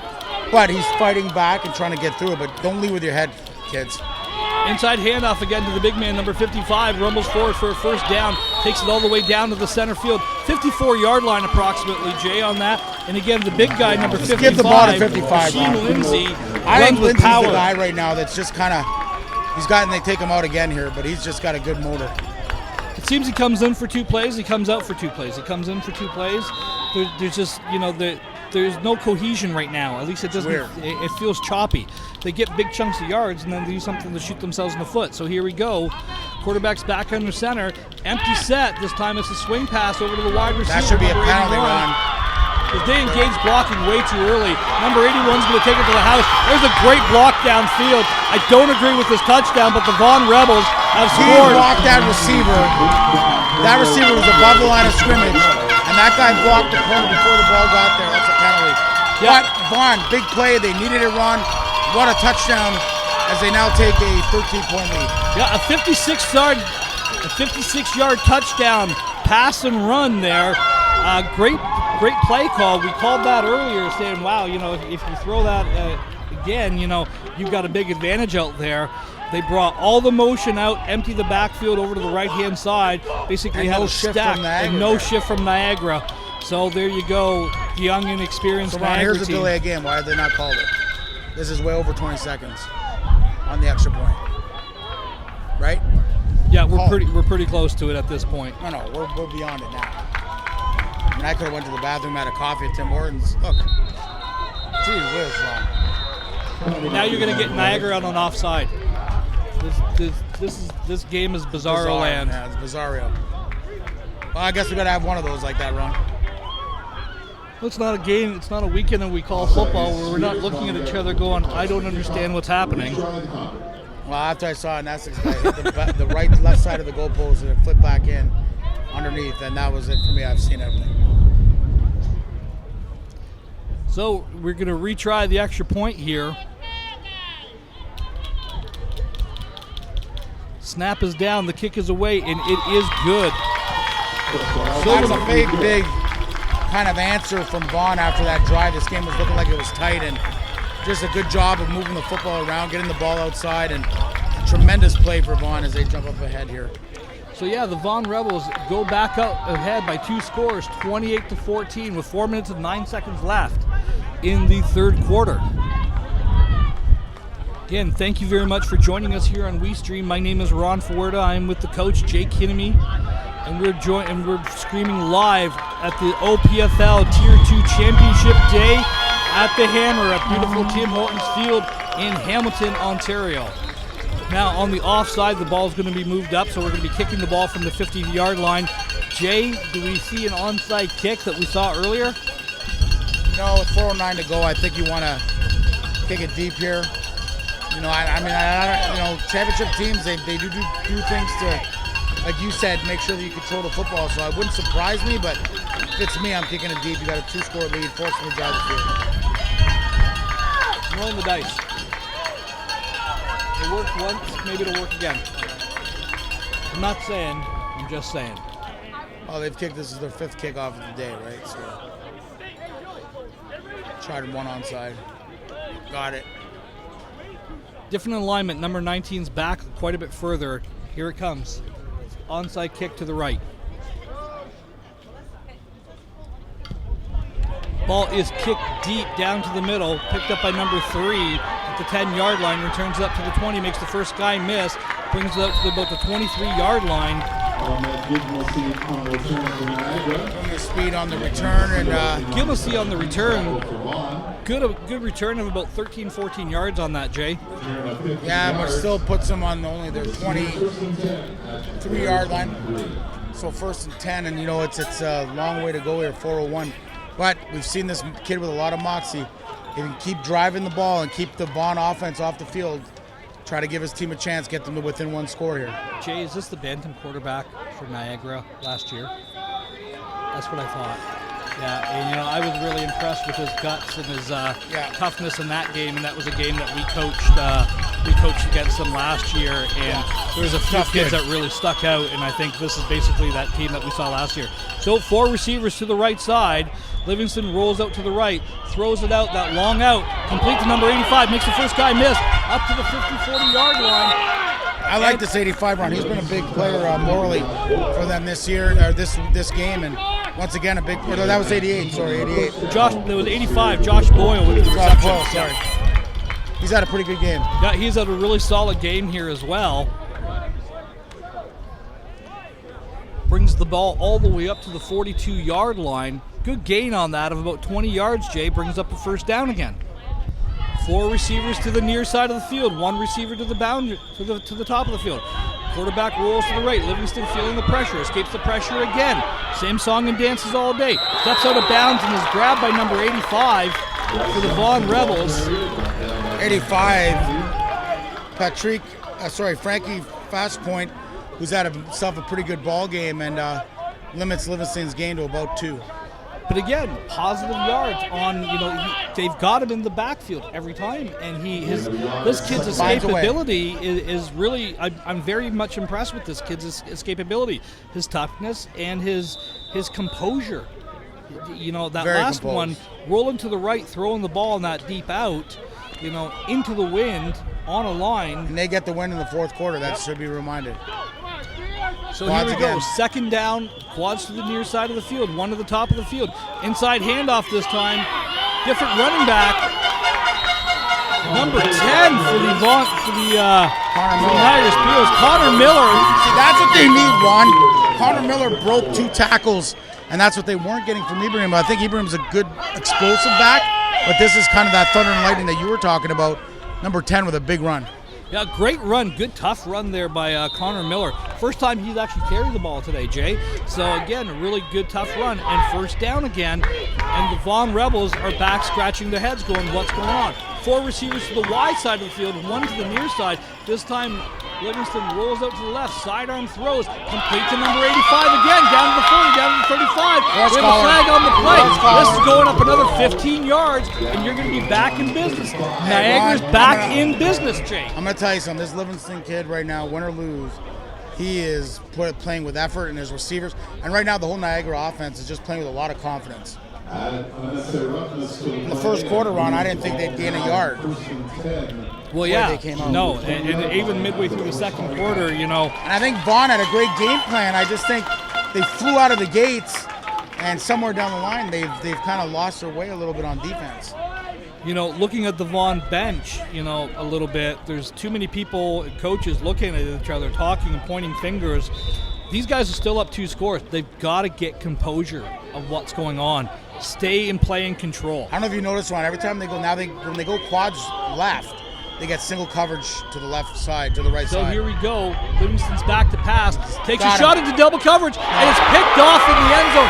Rolled the safety over number 36 with the interception. Brings it all the way down to the 20-yard line. The Vaughan Rebels make a big stand on defense. Livingston got sucked in. Robber defense. Michael Boncherry on the interception. Now here's the problem, Ron. He had double coverage in the stack and the safety, and if he throws a better ball, it's a touchdown. But the problem is that he's got to recognize that stack formation and not try to force that ball. It seems like Niagara's just kind of, one thing I've noticed with Niagara with their coaching, they've done a great job, but it just seems like, Ron, they overthink things. Keep going quads left, you get single coverage to the right. That's how Vaughan's dictated how they're going to defend you. But when you're going quads right to the field and you got double in the boundary, stay away from that. Keep going to the right like you've been doing. Well, what you've got is you got a +1 advantage out of there because they're not blocking the linebacker out there. But if you take the safety DB in the corner, there's 3 guys out, so that means you've got 8 guys trying to defend your 10. Yeah. You got to make a better decision.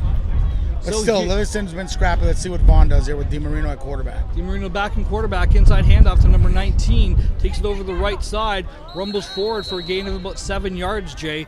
Number 19 for the Vaughan Rebels. We talked about him all day. That's Kenyon Daniels on the carry. And this is where the size of Vaughan's going to wear on that defensive front.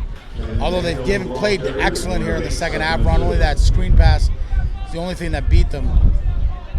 It's going to be a war of attrition now as they're going to have to go up against these big boys from Vaughan who have done a great job of finishing games, and they've won every game this year by over 20 some odd points. So this is the closest game they've been in for sure. And here we go. I formation again. DiMarino under center. Inside handoff to the fullback, straight ahead. Big man number 27 rumbling downfield. Good tough run by number 27. Takes the way all the way Ron, down you to the mentioned this early, 35-yard so line. Niagara threw that pick against the wind. Livingston's going to have the win in the second half, and that's why that drive was so important to get points, Ron. A touchdown would have been huge, but against the win to bring you within 7. But still lots of football left. There's an injured Niagara player down. Yeah, it looks like 6 seconds to go. Looks like number 26 for the Niagara Spears is shaken up. Gavin White's trying to find us beside Izzy White, trying to get on What's up, WeeStreem and watch Blizzard? us.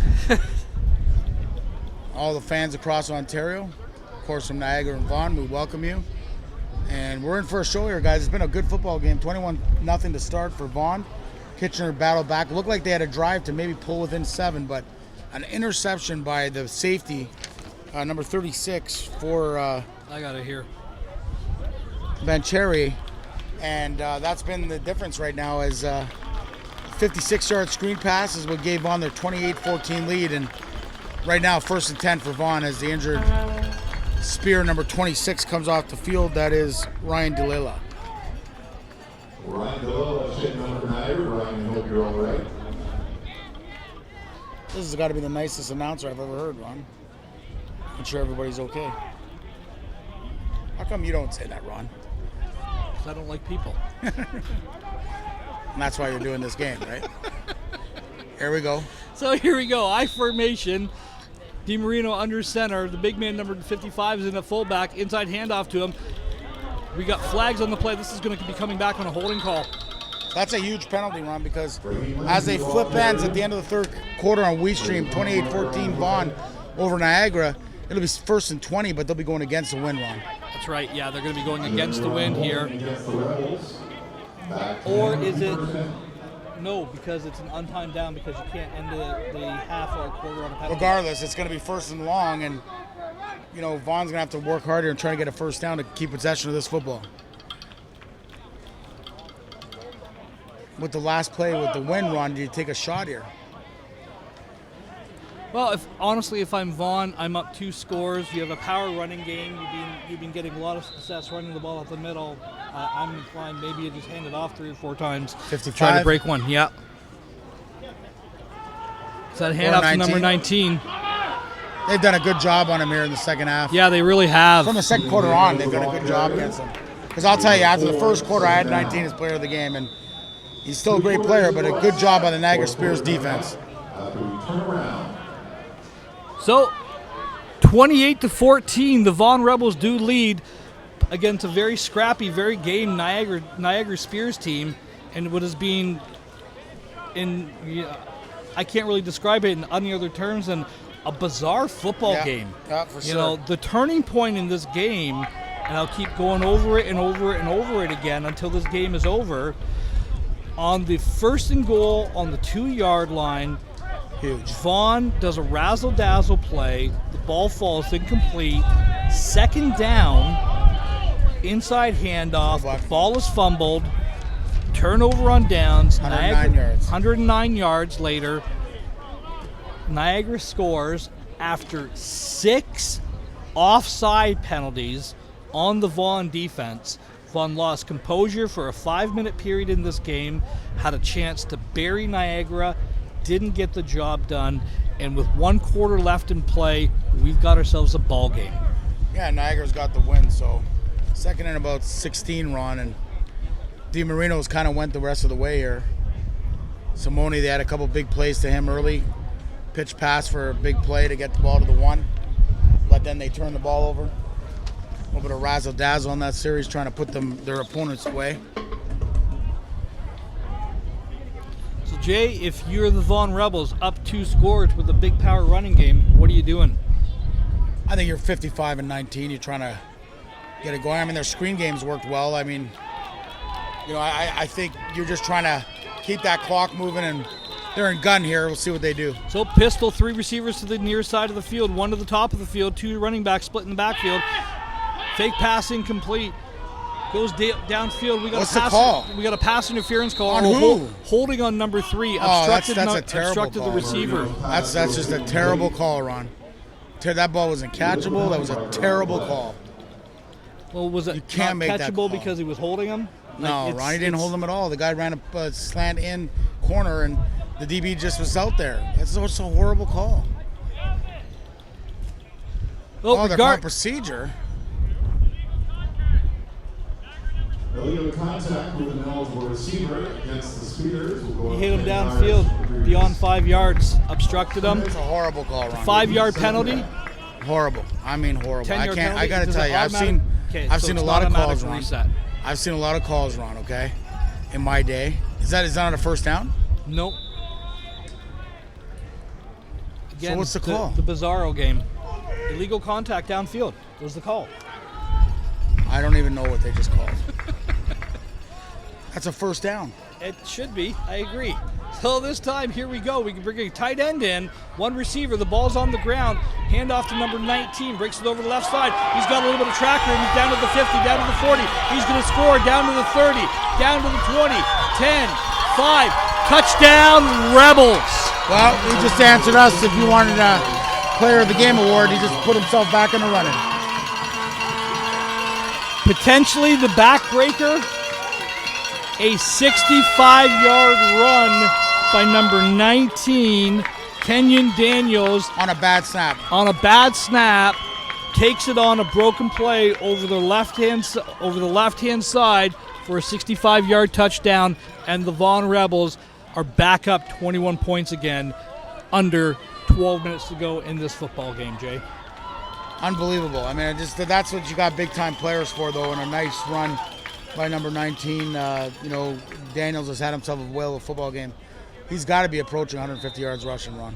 He has to be now on that one alone, But, again, the scrappiness on both teams and everything else for me is really shone through.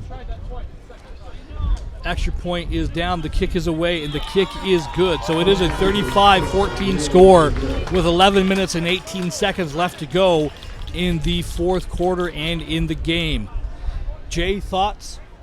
Well, just that's what you need, right? If you're Vaughan, you're against the wind, and you get a pass interference. Just my issue is this: 2 penalties now have bailed out Vaughan from their last 2 scores, but still though, big time players make big plays, and that's what Daniels just did, and he's put his team in a position where they're gonna win this championship football game. But 11-18 left, scrappiness on Niagara side. Let's just hope they still got some fight in them, because this quarterback has been fun to watch.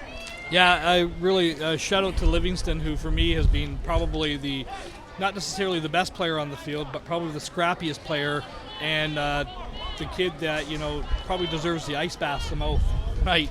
Because he's been hit after hit after hit. So here we go. Ball is being placed on the 45-yard line. 2 returners deep for the Niagara Spears. Vaughan Rebels, I would imagine at this point, are going to kick it deep. I would think so, Ron. I mean, no point giving them a short field or any attempt at a short field. And it's not like, here's the other thing, Ron, it's not like the Vaughan Rebels have phenomenal returners back there. I'd actually put the quarterback back there if I was them, Ron. You know what I mean? Yep. So we'll see what happens on here. A little bit of a bunch formation here, given the middle. All the defenders are outside of the hash marks on both teams. Might be going short, Ron. Short right.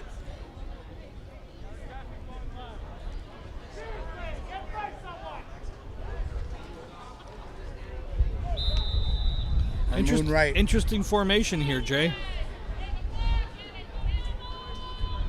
He's kicking the ball left, I think. Right-footed kicker. I think it's going to travel to the left here. But we shall see. The kick is away, and it is right down the middle of the field, picked up at the 25-yard line, turned out to the 30. I don't like the way he's carrying the ball. Up to the 35-yard line, and it's going to go up 15 yards on a face mask call. That was a good call by that referee. So, not too late to start making good calls. As much as I love the refs, that's a good call, and I've been on that guy all day, but that's a good call. Yep, so the ball's going to be placed on the 50-yard line. With the wind. With the wind at their back. In eternity in Canadian football. But down 3 scores, Jay, and it's against a team that's given up 36-0 here.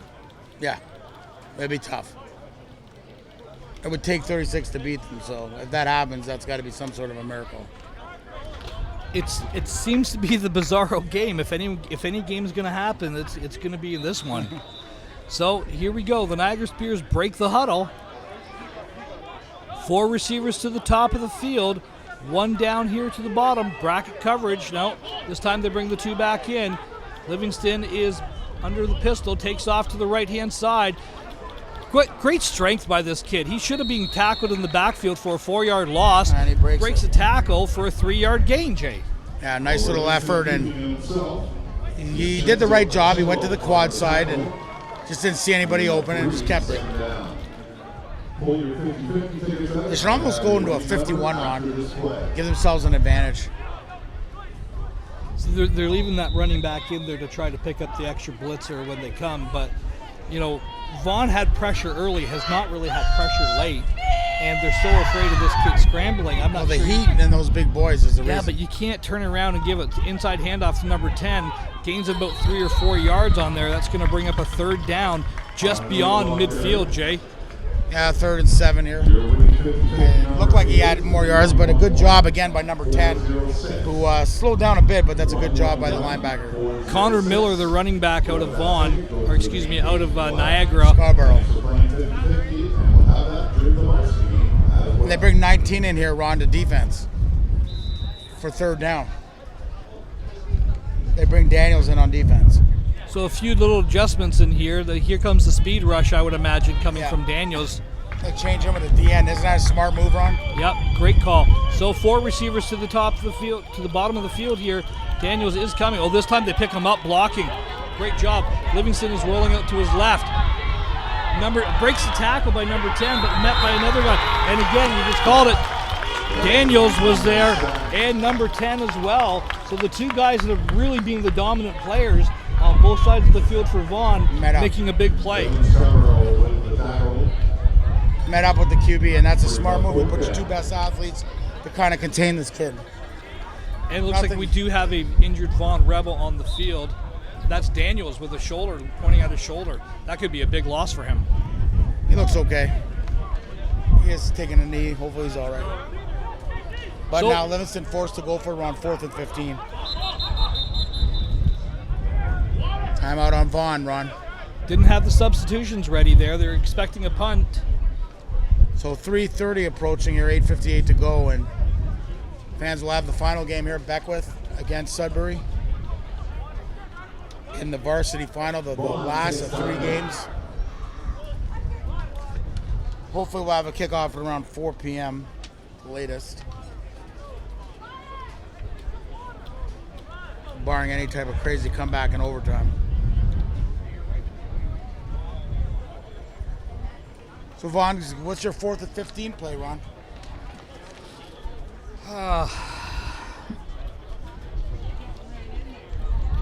Quads right, backside skinny post for a touchdown. With the wind, maybe that's what the doctor ordered.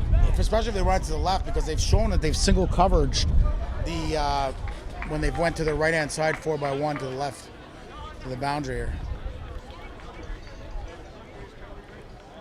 Actually, they're bracketing it again. No, he's coming inside. It's 2 by 2. They got 2. Yeah. 2 by 2. 2 running backs, 2 receivers. Livingston is back to pass. Throws it downfield. Got him. Intended for 85. What a great catch. Wow. Number 85. Josh Boyle again. Fantastic catch after fantastic catch. They had him, and he Crappy went right up for the Niagara football. team just will not They go won't away. No. What a throw. What a catch. What a play. And just like that, they're in business. 8:30 to go.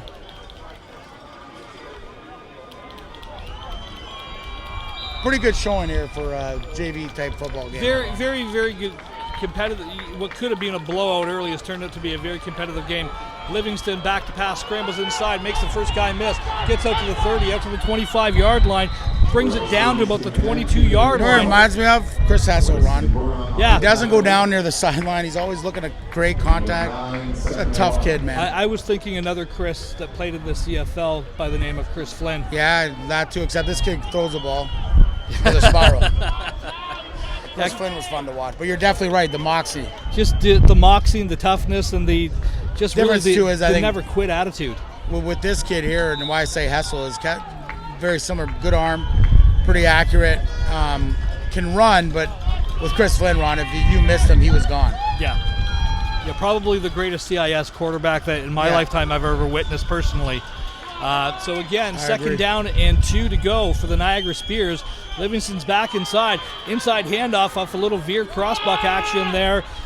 He is going to be enough for a first down on the 20-yard line. So again, 7 minutes and 38 seconds left to go in the fourth quarter. Ron, did they got it? Yep, they got it. The spot of the ball, he got it. I think the chain is up just over the 21, and I think he got to the 20-yard. Well, they're not giving him a great spot on the field. No, they had it spot at 20, Ron. So that's a good call. 7 minutes left. Clock is against the Niagara Spears, but big score here would be read just with the doctor order, get them within 2 scores. So here we go, 2x2 set, inside handoff. Again, this time it was to the first man. I missed the number on it, Jay. Gained about 2 yards. Connor Miller, the ball carrier. And again, another of those scrappy Niagara players. Was in on the tackle there, Ron, and Vaughn doing a good job of bottling that up. But again, keeping them honest, running the football. Now we'll see the ball in the air, I'm sure, or a scramble. Well, if we hold the court, what you're going to see is quads coming to the right with a boot to the right coming up real soon. But they're staying in that 2x2 set. Livingston is in the pistol formation. Back to pass. He's going for number 85 again. Oh, makes a great flags play all on over the field. Flags I think on we're the going to get play. pass interference in the end zone here. I think you're going to have illegal contact. It's going to be that 10-yard penalty, and we're going to have first and goal here for the Niagara Spears. Vaughn's got to be frustrated, Ron. They've had to take over 20 penalties in this ball game. The one thing that I will say is Vaughan, it's just they came out like gangbusters, and they seem to lose composure. And since then, it's been the most bizarre game to see. Yep. Realistically, talent-wise, let's be honest, Vaughan is a better team. They have better football players. They are physically bigger. They are faster than them. They're stronger than them. How the heck is Niagara in this game? Well, I think the offense has done a good job of being scrappy. Led by a kid who's scrappy. And Jay, you and I have talked about this a number of times before. When it comes to football, I can teach you what to look for. I can teach you how to block. I can teach you what to run for. I can't teach your want in your heart to do it. This Niagara team is all heart. Livingston completes the ball down to the 4-yard line, and we're going to have a second down and goal on the 2-yard line. Great little skinny post in there to number 8, Landon Ledger. Yeah, nice little decision. I'm looking for the corner route. Looking for the corner route. Here to number 85, Ron.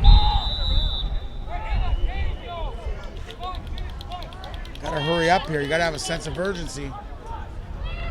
Niagara does have 2 timeouts left with 5 minutes and 30 seconds left to go in this fourth quarter. 3 receivers to the top of the field, 2 to the inside to the boundary. Livingston rolls out this time. Great leverage out there by number 92. Fumbles the ball, and it is recovered by the Niagara Spears.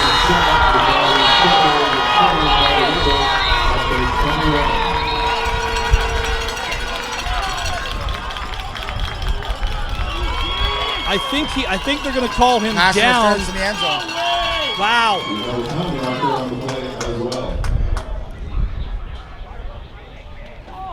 That's in the end zone, Ron. That's going to go down to and guess what? We're back on the 1-yard line, and Jay. a 50 and another penalty, a 15-yard penalty. Vaughn's losing the composure here, Ron. Let's get in the game. Let's go. Come on, Spears. Keep going.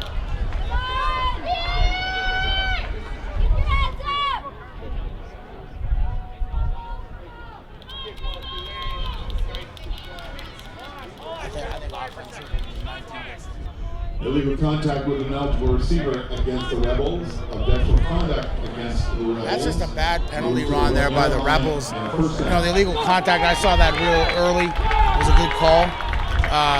And then the penalty in the back, to take a 15-yarder, just ill-advised. You can get kicked out of the game here because you're losing your composure, man. You need your best players on the field. You know, they've gave up 36 points all year. They're in danger of giving up 21 here, 5:16 to go. And I hate to say it, I know I'm probably way off on this, but when it was 35-14, in my mind I said, you know, I could see Niagara winning this 36-35 and matching that 36 points. I know it's wishful thinking, but this kid kind of gives you hope because he's just a grinder. They're going to need a lot of crazy things to happen, but in this game, like you said, it's happened. You're going to need a couple bounces to go your way, but again, in this game, it's been like that. It's been that kind of bizarro land football game that we're watching. Ron, I got to tell you something. I love the Vaughan Rebels, love their uniforms, and seeing them being in a final, it's a great experience for me to see where their programs come from, and not to say that we're impartial on this game, but boy, there's some storylines you can cheer for on either side. Yeah, and just for the record there, guys, the Vaughan bench got a warning as well. So one more outburst from them. Head coach and coach are gone out of this game. And you don't want to see this. So Livingston throws that backside post. It's caught by dropped. I thought it was caught by number 8, Landon Ledger, on that skinny little post. That, Ron, is that it is like a timeout because it does stop the clock. So the ball falls incomplete. Second down on the 1-yard line. This place is loaded up here with some Ottawa fans come down to cheer their teams on.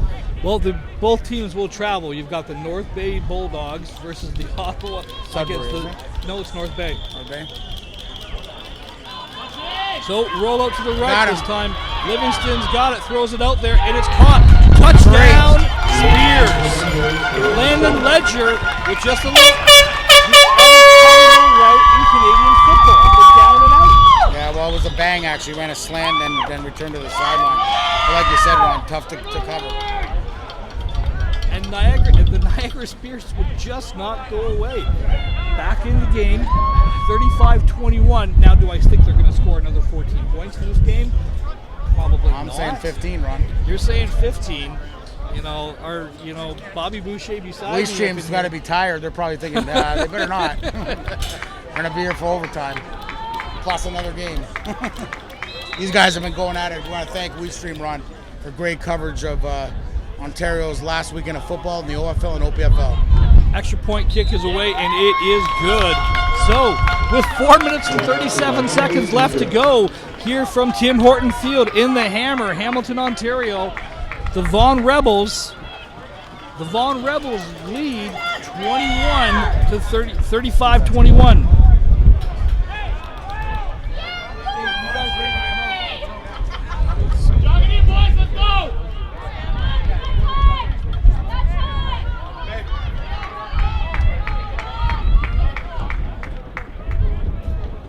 Right to the end, let's go!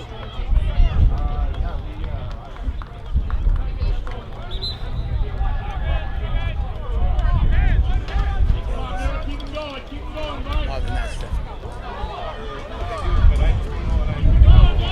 So Coach Jay, onside kick, wind at your back, 4:35 left.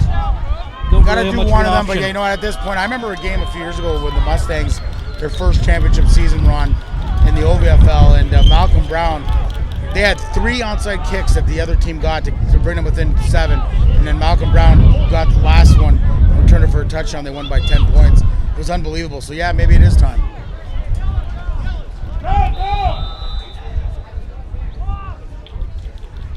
They have 13 guys on the field. Count them, Ron. They have 12. I just did. Count them. 1, 2, 3. I thought Vaughan had 13, so that's not a bad idea. I mean, you got to get a defense to stop, so your defense has been doing pretty good except for the couple broken plays. 2 real big broken plays. Daniels on the last one with a big run on a 60-yard run for a touchdown. Yeah, that was what we thought was the backbreaker in this game, but Niagara gets the ball back, goes right back downfield, and answers the drive. And again, aided by a few composure penalties by the Vaughan Rebels. So the clock is running. 4:25 left to go in the fourth Marino's quarter under here. center, Ron. We've got fullback hand inside to number 27. Big guy rumbles up to the 40-yard line, keeps his legs churning all the way up to the 42-yard line. Gain of about 3 yards on that, Jay, brings up a second down. Yeah, hand it off to the big man, kind of change of pace. Try to grind some clock off, take another 20 seconds off. Daniel Mendetti on the tackle, gain of 3 seconds 7. This is actually being like a really, really entertaining as we see Beckworth come on the field for their warm-ups. The Irish. The Irish have entered the building, and folks, these are big boys at this varsity level. Inside handoff to number 55 by the Vaughan Rebels. Keeps his legs driving, keeps turning and spinning. Niagara's trying to strip the ball. Again, that was number 55. You know, my question is, Ron, how many times has this guy come in here and checked in as eligible? And somebody's hurt for the Spears, Ron. Looks like number 10 for the Spears, Connor Miller. Yep. So 3rd and 3, probably the biggest third down of the game, and it's been an interesting game, like you said, Ron, and a lot of good storylines. It's been like I'll keep using the same terms over and over again. It's been a scrappy, bizarre football game that has turned out to be a lot more entertaining than it really should have been by the arrogance of the Vaughan Rebels. You're right. It's good to see Connor Miller, number 10 for the Niagara Spears, getting off under his own power. This could just be a heat thing. A lot of these kids are playing both ways. There's also another player down for the Niagara Spears. I didn't see that number. The trainer is checking on him as well right now.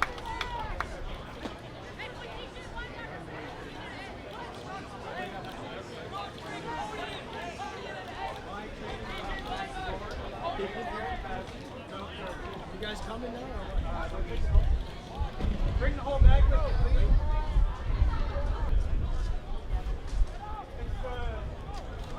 Let's go!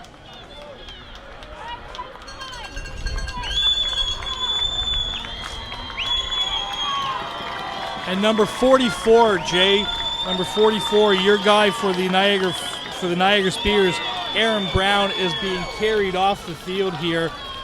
This kid has played a heck of a game here. It looks with an apparent ankle injury on there. That's too bad, Ron. We wish him all the success in the world. Again, the epitome of this Niagara's team. Undersized, not overly fast, scrappy, tough, and kept playing his heart out the entire game. So here we go.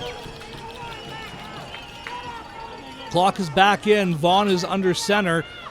I formation, inside handoff, quarterback keeper just straight ahead. It's got enough for a first down. That was number 9 for the Vaughan Rebels, Jay, backing at quarterback. That's a nice run. Finish the game off.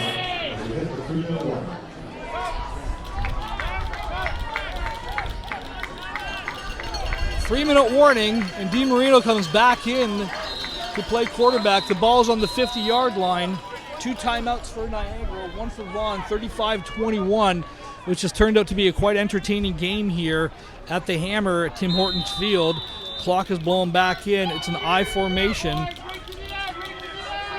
I formation, 2 receivers to both sides. 27 swings out to the left there.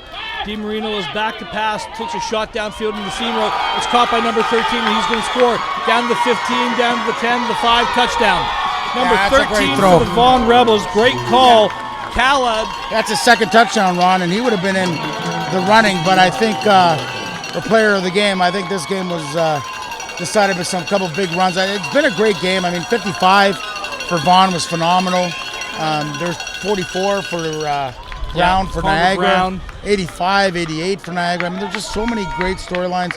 Number 13, obviously, Kiana. 9, Marco Simone, the backup quarterback. And, of course, that time, DiMarino with a beautiful throw.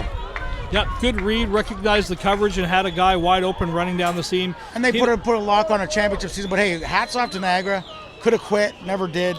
And just a tremendous showing here today in the Tier 2 final on WeeStream. You scored 21 points on a team that gave up 36 points all year. hats off to you because Yeah. you came in with a great game plan and you stuck to it. Kick is And away. Vaughn, you know, despite probably approaching 30 penalties today and about 15 of them offsides, somehow find a way with their talent to overcome and win by 3 scores. So great season, undefeated. Congratulations to the Vaughn head coach Gianfranco Sharippa, Andrew Bruno, Michael Ballstone, David Fulton, and the whole staff. Ron, great job. And I'll let you talk about the Niagara staff. Well, the Niagara staff, led by Coach Gary DeSanto, Jordan Horton. Again, a lot of these guys were coaching the JV team the Bantam team last year. Tanner Crawford, Nathan Green, Wayne Chapman, Ted Altrin, Lori White, the team manager, Terry Rooney, David Jones, Mr. Wedley, and on and on and on. Just a fantastic job, a great showing. You know, hats off to the Niagara Spears. You know, they came in here as a definite underdog. They battled their hearts out, and I'll tell you right now, you know, coaching with the Mustangs like we both do, can't say I'm a fan of the Niagara Fears, but I'm a fan of this particular team. Yeah. And this has been a fun, great game to call, and it's been a fun game to watch. The spirit and the scrappiness and the effort that this team has put in, you know, really, my That hats bodes off well to you for them guys for next year. Yeah. For you know, as they go up, maybe up to Tier 1 to play in the Premier Division. Some of these players, it'll be fun. They'll be fun kids to watch to see how they progress. So here we go. 2 minutes and 40 seconds left to go in the game. 42-21. The Vaughan Rebels do lead. Ball is being kicked off here. Wind in their face. Squibbed it down. It's picked up on the 40-yard line by Niagara. A little bit of a high tackle there by the Vaughan Rebels. No return on the game there. Number 55. Perenni on the recovery on that, and it's first down and 10 for the Spears. Well, let's see what Livingston's got left in him here, Ron.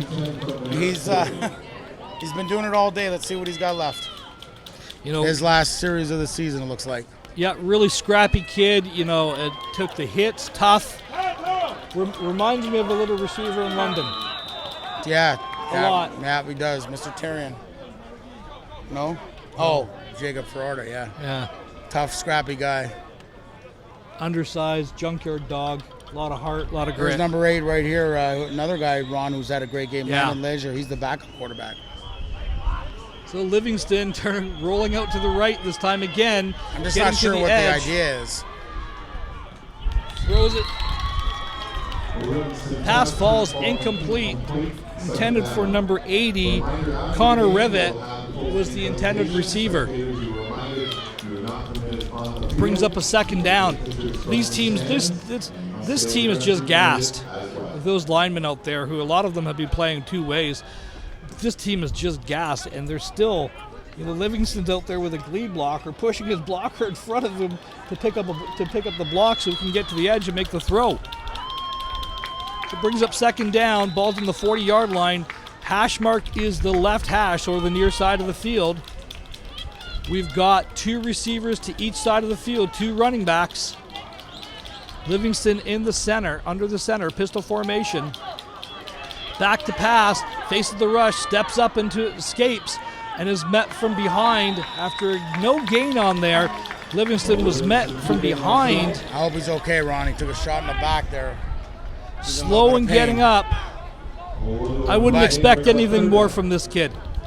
3rd and 10. Gets back up, shakes it off, right back up there again. Yeah, you know, Ron, I like you said, just the effort from the whole thing. But you know, these Vaughan Rebels, talented all across the board. And I'll tell you, they would have been a great JV team this year at Tier 1. Yeah. Yeah, they're a big physical team, a lot of talent, a lot of speed. I really like that 13. He came on at the end of the game there. 2 big touchdowns on the screen and that seam pass. Pretty scrappy player himself, and Michael Cayena. So here we go, Livingston back in the pistol formation, back to pass, looking to escape, flushed out to his left this time. What a this play. time he's made by number 92. Wow. You know, we've called his name all day for being the offside king. Christopher This time, Vivenko. Vivenko actually makes a great play, swatting the ankle out, keeping his motor running. Great job by him. Brings up a 4th down with a minute Livingston's 55. done, Ron. There's nothing left. He's hurt. He's hurting. You know, again, just What an effort. big fan of that kid. Really, you know. If he converts this, Ron, he's got something in him. 4th and about 20, Ron. I don't know what 4th and 20 play you have. I remember the Ravens one year threw a swing pass to Ray Rice. Somehow he gained a first down. I had a third. They won the Super Bowl that year. They would have been out of the playoffs if he lost that game. That was against the Chargers too. Thanks for reminding me. He's got him. Throws it. Oh, he stopped running, Ron. Couldn't track the ball. Both of Couldn't them track looking it. at Yeah, each that's other. why. So there we go. Turnover on Vaughn is downs. 130 away from their first championship, and a great experience for them to get it at Tier 2. Once again, congratulations. I know some of their youth guys and the guys that run the program, and couldn't happen to a better organization. Congratulations, Vaughn. So the Vaughn Rebels coming out. I would imagine you're just going to see handoff at this point. You hope. Well, I would hope so.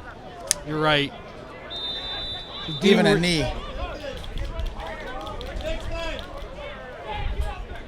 Haven't got enough. You got to get a first down to take the lead out. Got to run off 11 more seconds. Let's take 4 knees. Oh.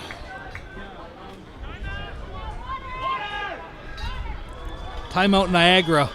Didn't have too many guys on the field. Making sure they're getting the substitutions, making sure everyone's getting into the field, getting into play.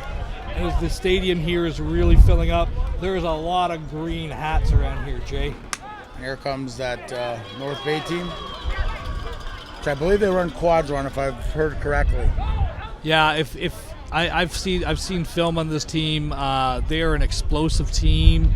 They can throw the ball. They can run all the routes. But this Beckworth team, I'm told, is special. So we will find out in a short little time. Right now, Ronnie.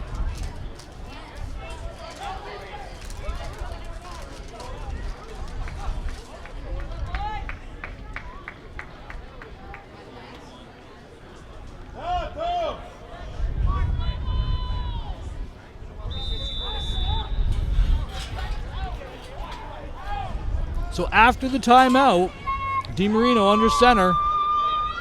I formation, handoff to the big number 27. Runs it over the left side. Gain of about 6-7 yards, bringing up a second down. So Beckworth was 8-0, and North Bay was 5-3. Leading up to the next game, actually North Bay scored 311 points, 181 against. Beckworth 280, 130 against. They did go 8-0. Did they play? I'm going to check right now. This year, North Bay won the first game. Beckworth won the first game 21-18. And they played back-to-back games where Beckworth won 47-23 and 44-28. So they played 3 times this year. This is the 4th one, and looking for that charm from 3rd time's a charm here, I guess. Can the Beckworth Irish beat a team 4 times in a year? That's tough, Ron. That's a really, beating somebody twice in the year is a big stretch. Never mind 3 times, but 4 times, it's not like you're going to have anything new and improved. All of a sudden, both teams are just going to come out and run their offenses. Minute 4 left.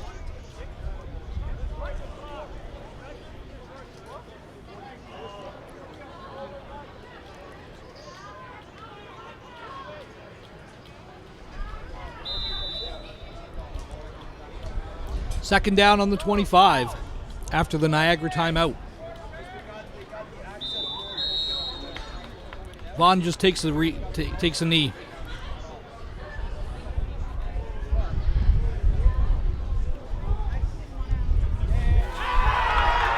And that's it, Ron. And a great day of football culminates with the Vaughn Rebels soaking their coach with the Gatorade bath. On a day like this, actually, I don't mind that because that bucket was full of ice. Yeah, I would like that too. Mr. Ron.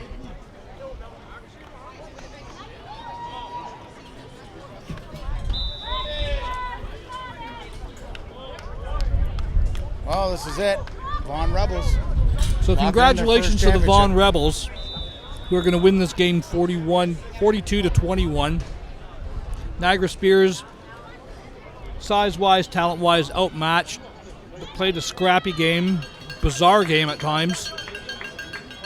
You know, just a great effort by both the teams. Really happy to be part of this. Jay, I'm going to hand it over to you and let you take us home. All right, here we go. As they take the knee, we're going to get the awards ceremonies going right after this game. And, of course, at 3:54, we're probably looking at about a 4:10 kickoff for the Beckwith Irish to play against the North Bay Bulldogs, I believe it is, Ron. So, should be a fun game. They played 3 times this year, some pretty competitive games. First time was a 3-point game. Second time, a little bit 44-23. Second time, 44-28. So, high scoring, and I think we're in for a high scoring game here, Ron. And we'll see if Beckwith has the wherewithal to win 4 in a row against one team.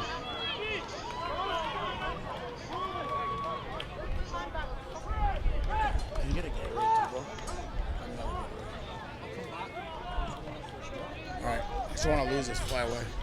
All right, so here we go. 15 seconds ago, Niagara will come on the field. They'll take a knee, and that'll end the season here at the JV level. And we got one more to go, folks. We'll give you the awards ceremonies in a second here as the teams line up. But thank you once again for listening to watching WeeStreem. I'm used to calling games on the radio. Thank you for watching WeeStream today, and thank you to WeeStream for bringing this game. The OPFL Regional Rep JV champions, the Vaughan Rebels, as they celebrate well-deserving football win, 42-21 over the scrappy Niagara Spears.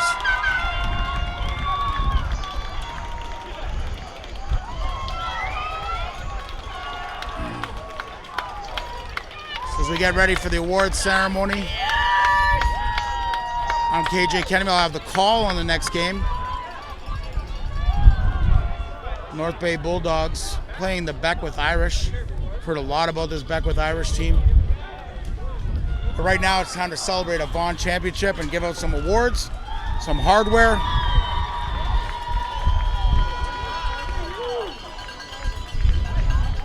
The game ball will be the first presentation to the head coach of the Vaughan Rebels. Once again, team, we ask that you please line up on the 50-yard lines. You can do the handshakes after. So as the teams line up on the 50 and we get ready for the awards ceremony, Dan Fournier calling the teams out to the award table. And the executive of the OPFL working very, very hard this year. Dan Fournier and Terry Barkley, Chris Venter, Mrs. Walsh. These people put a lot of time in, some of them doing 2 or 3 or even 4 jobs. And so always looking for more volunteers to come forth and talk to Chris Venter. If you want to be a young referee, it's a great way to operate in football, and you get paid. The only people that get paid are the referees. So tremendous football game today. It looked like it was going to be a complete blowout. The Niagara Spears made it interesting, and here's the game ball presentation. John Franco Chippa gets the game ball. Here we go.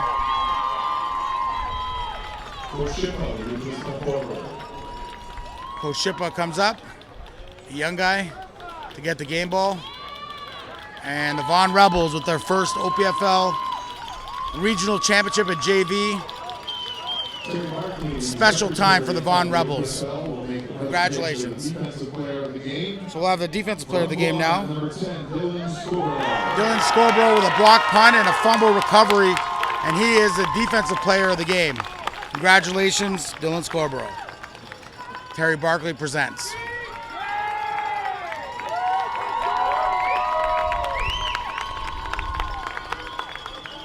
Offensive player will be next. The OPFL treasurer will present the offensive player of the game. So Walsh will. Number 6, Bryce Livingston.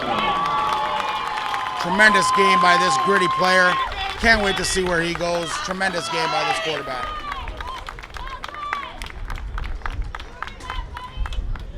And of course, the MVP of the game. Tremendous game. 180 yards rushing from Vaughan.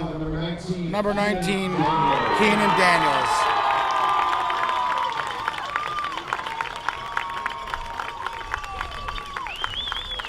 Congratulations, Keenan. And now we'll do the award ceremonies to the Niagara Spears as they get their banner. Niagara for reaching the final game. Captains for Niagara, would you please come forward? So here come the captains from Niagara to get the banner from Mrs. Walsh. Tremendous accomplishment for the Niagara Spears here.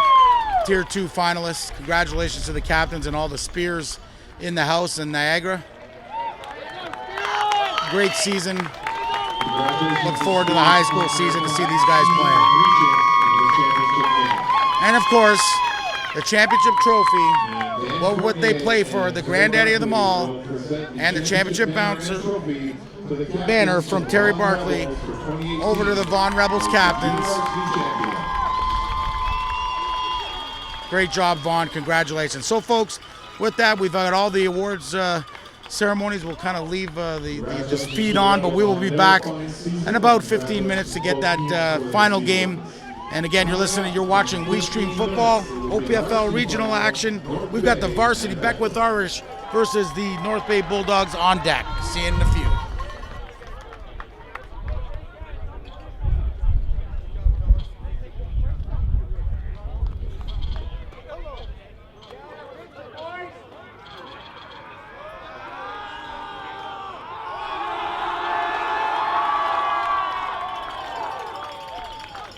It is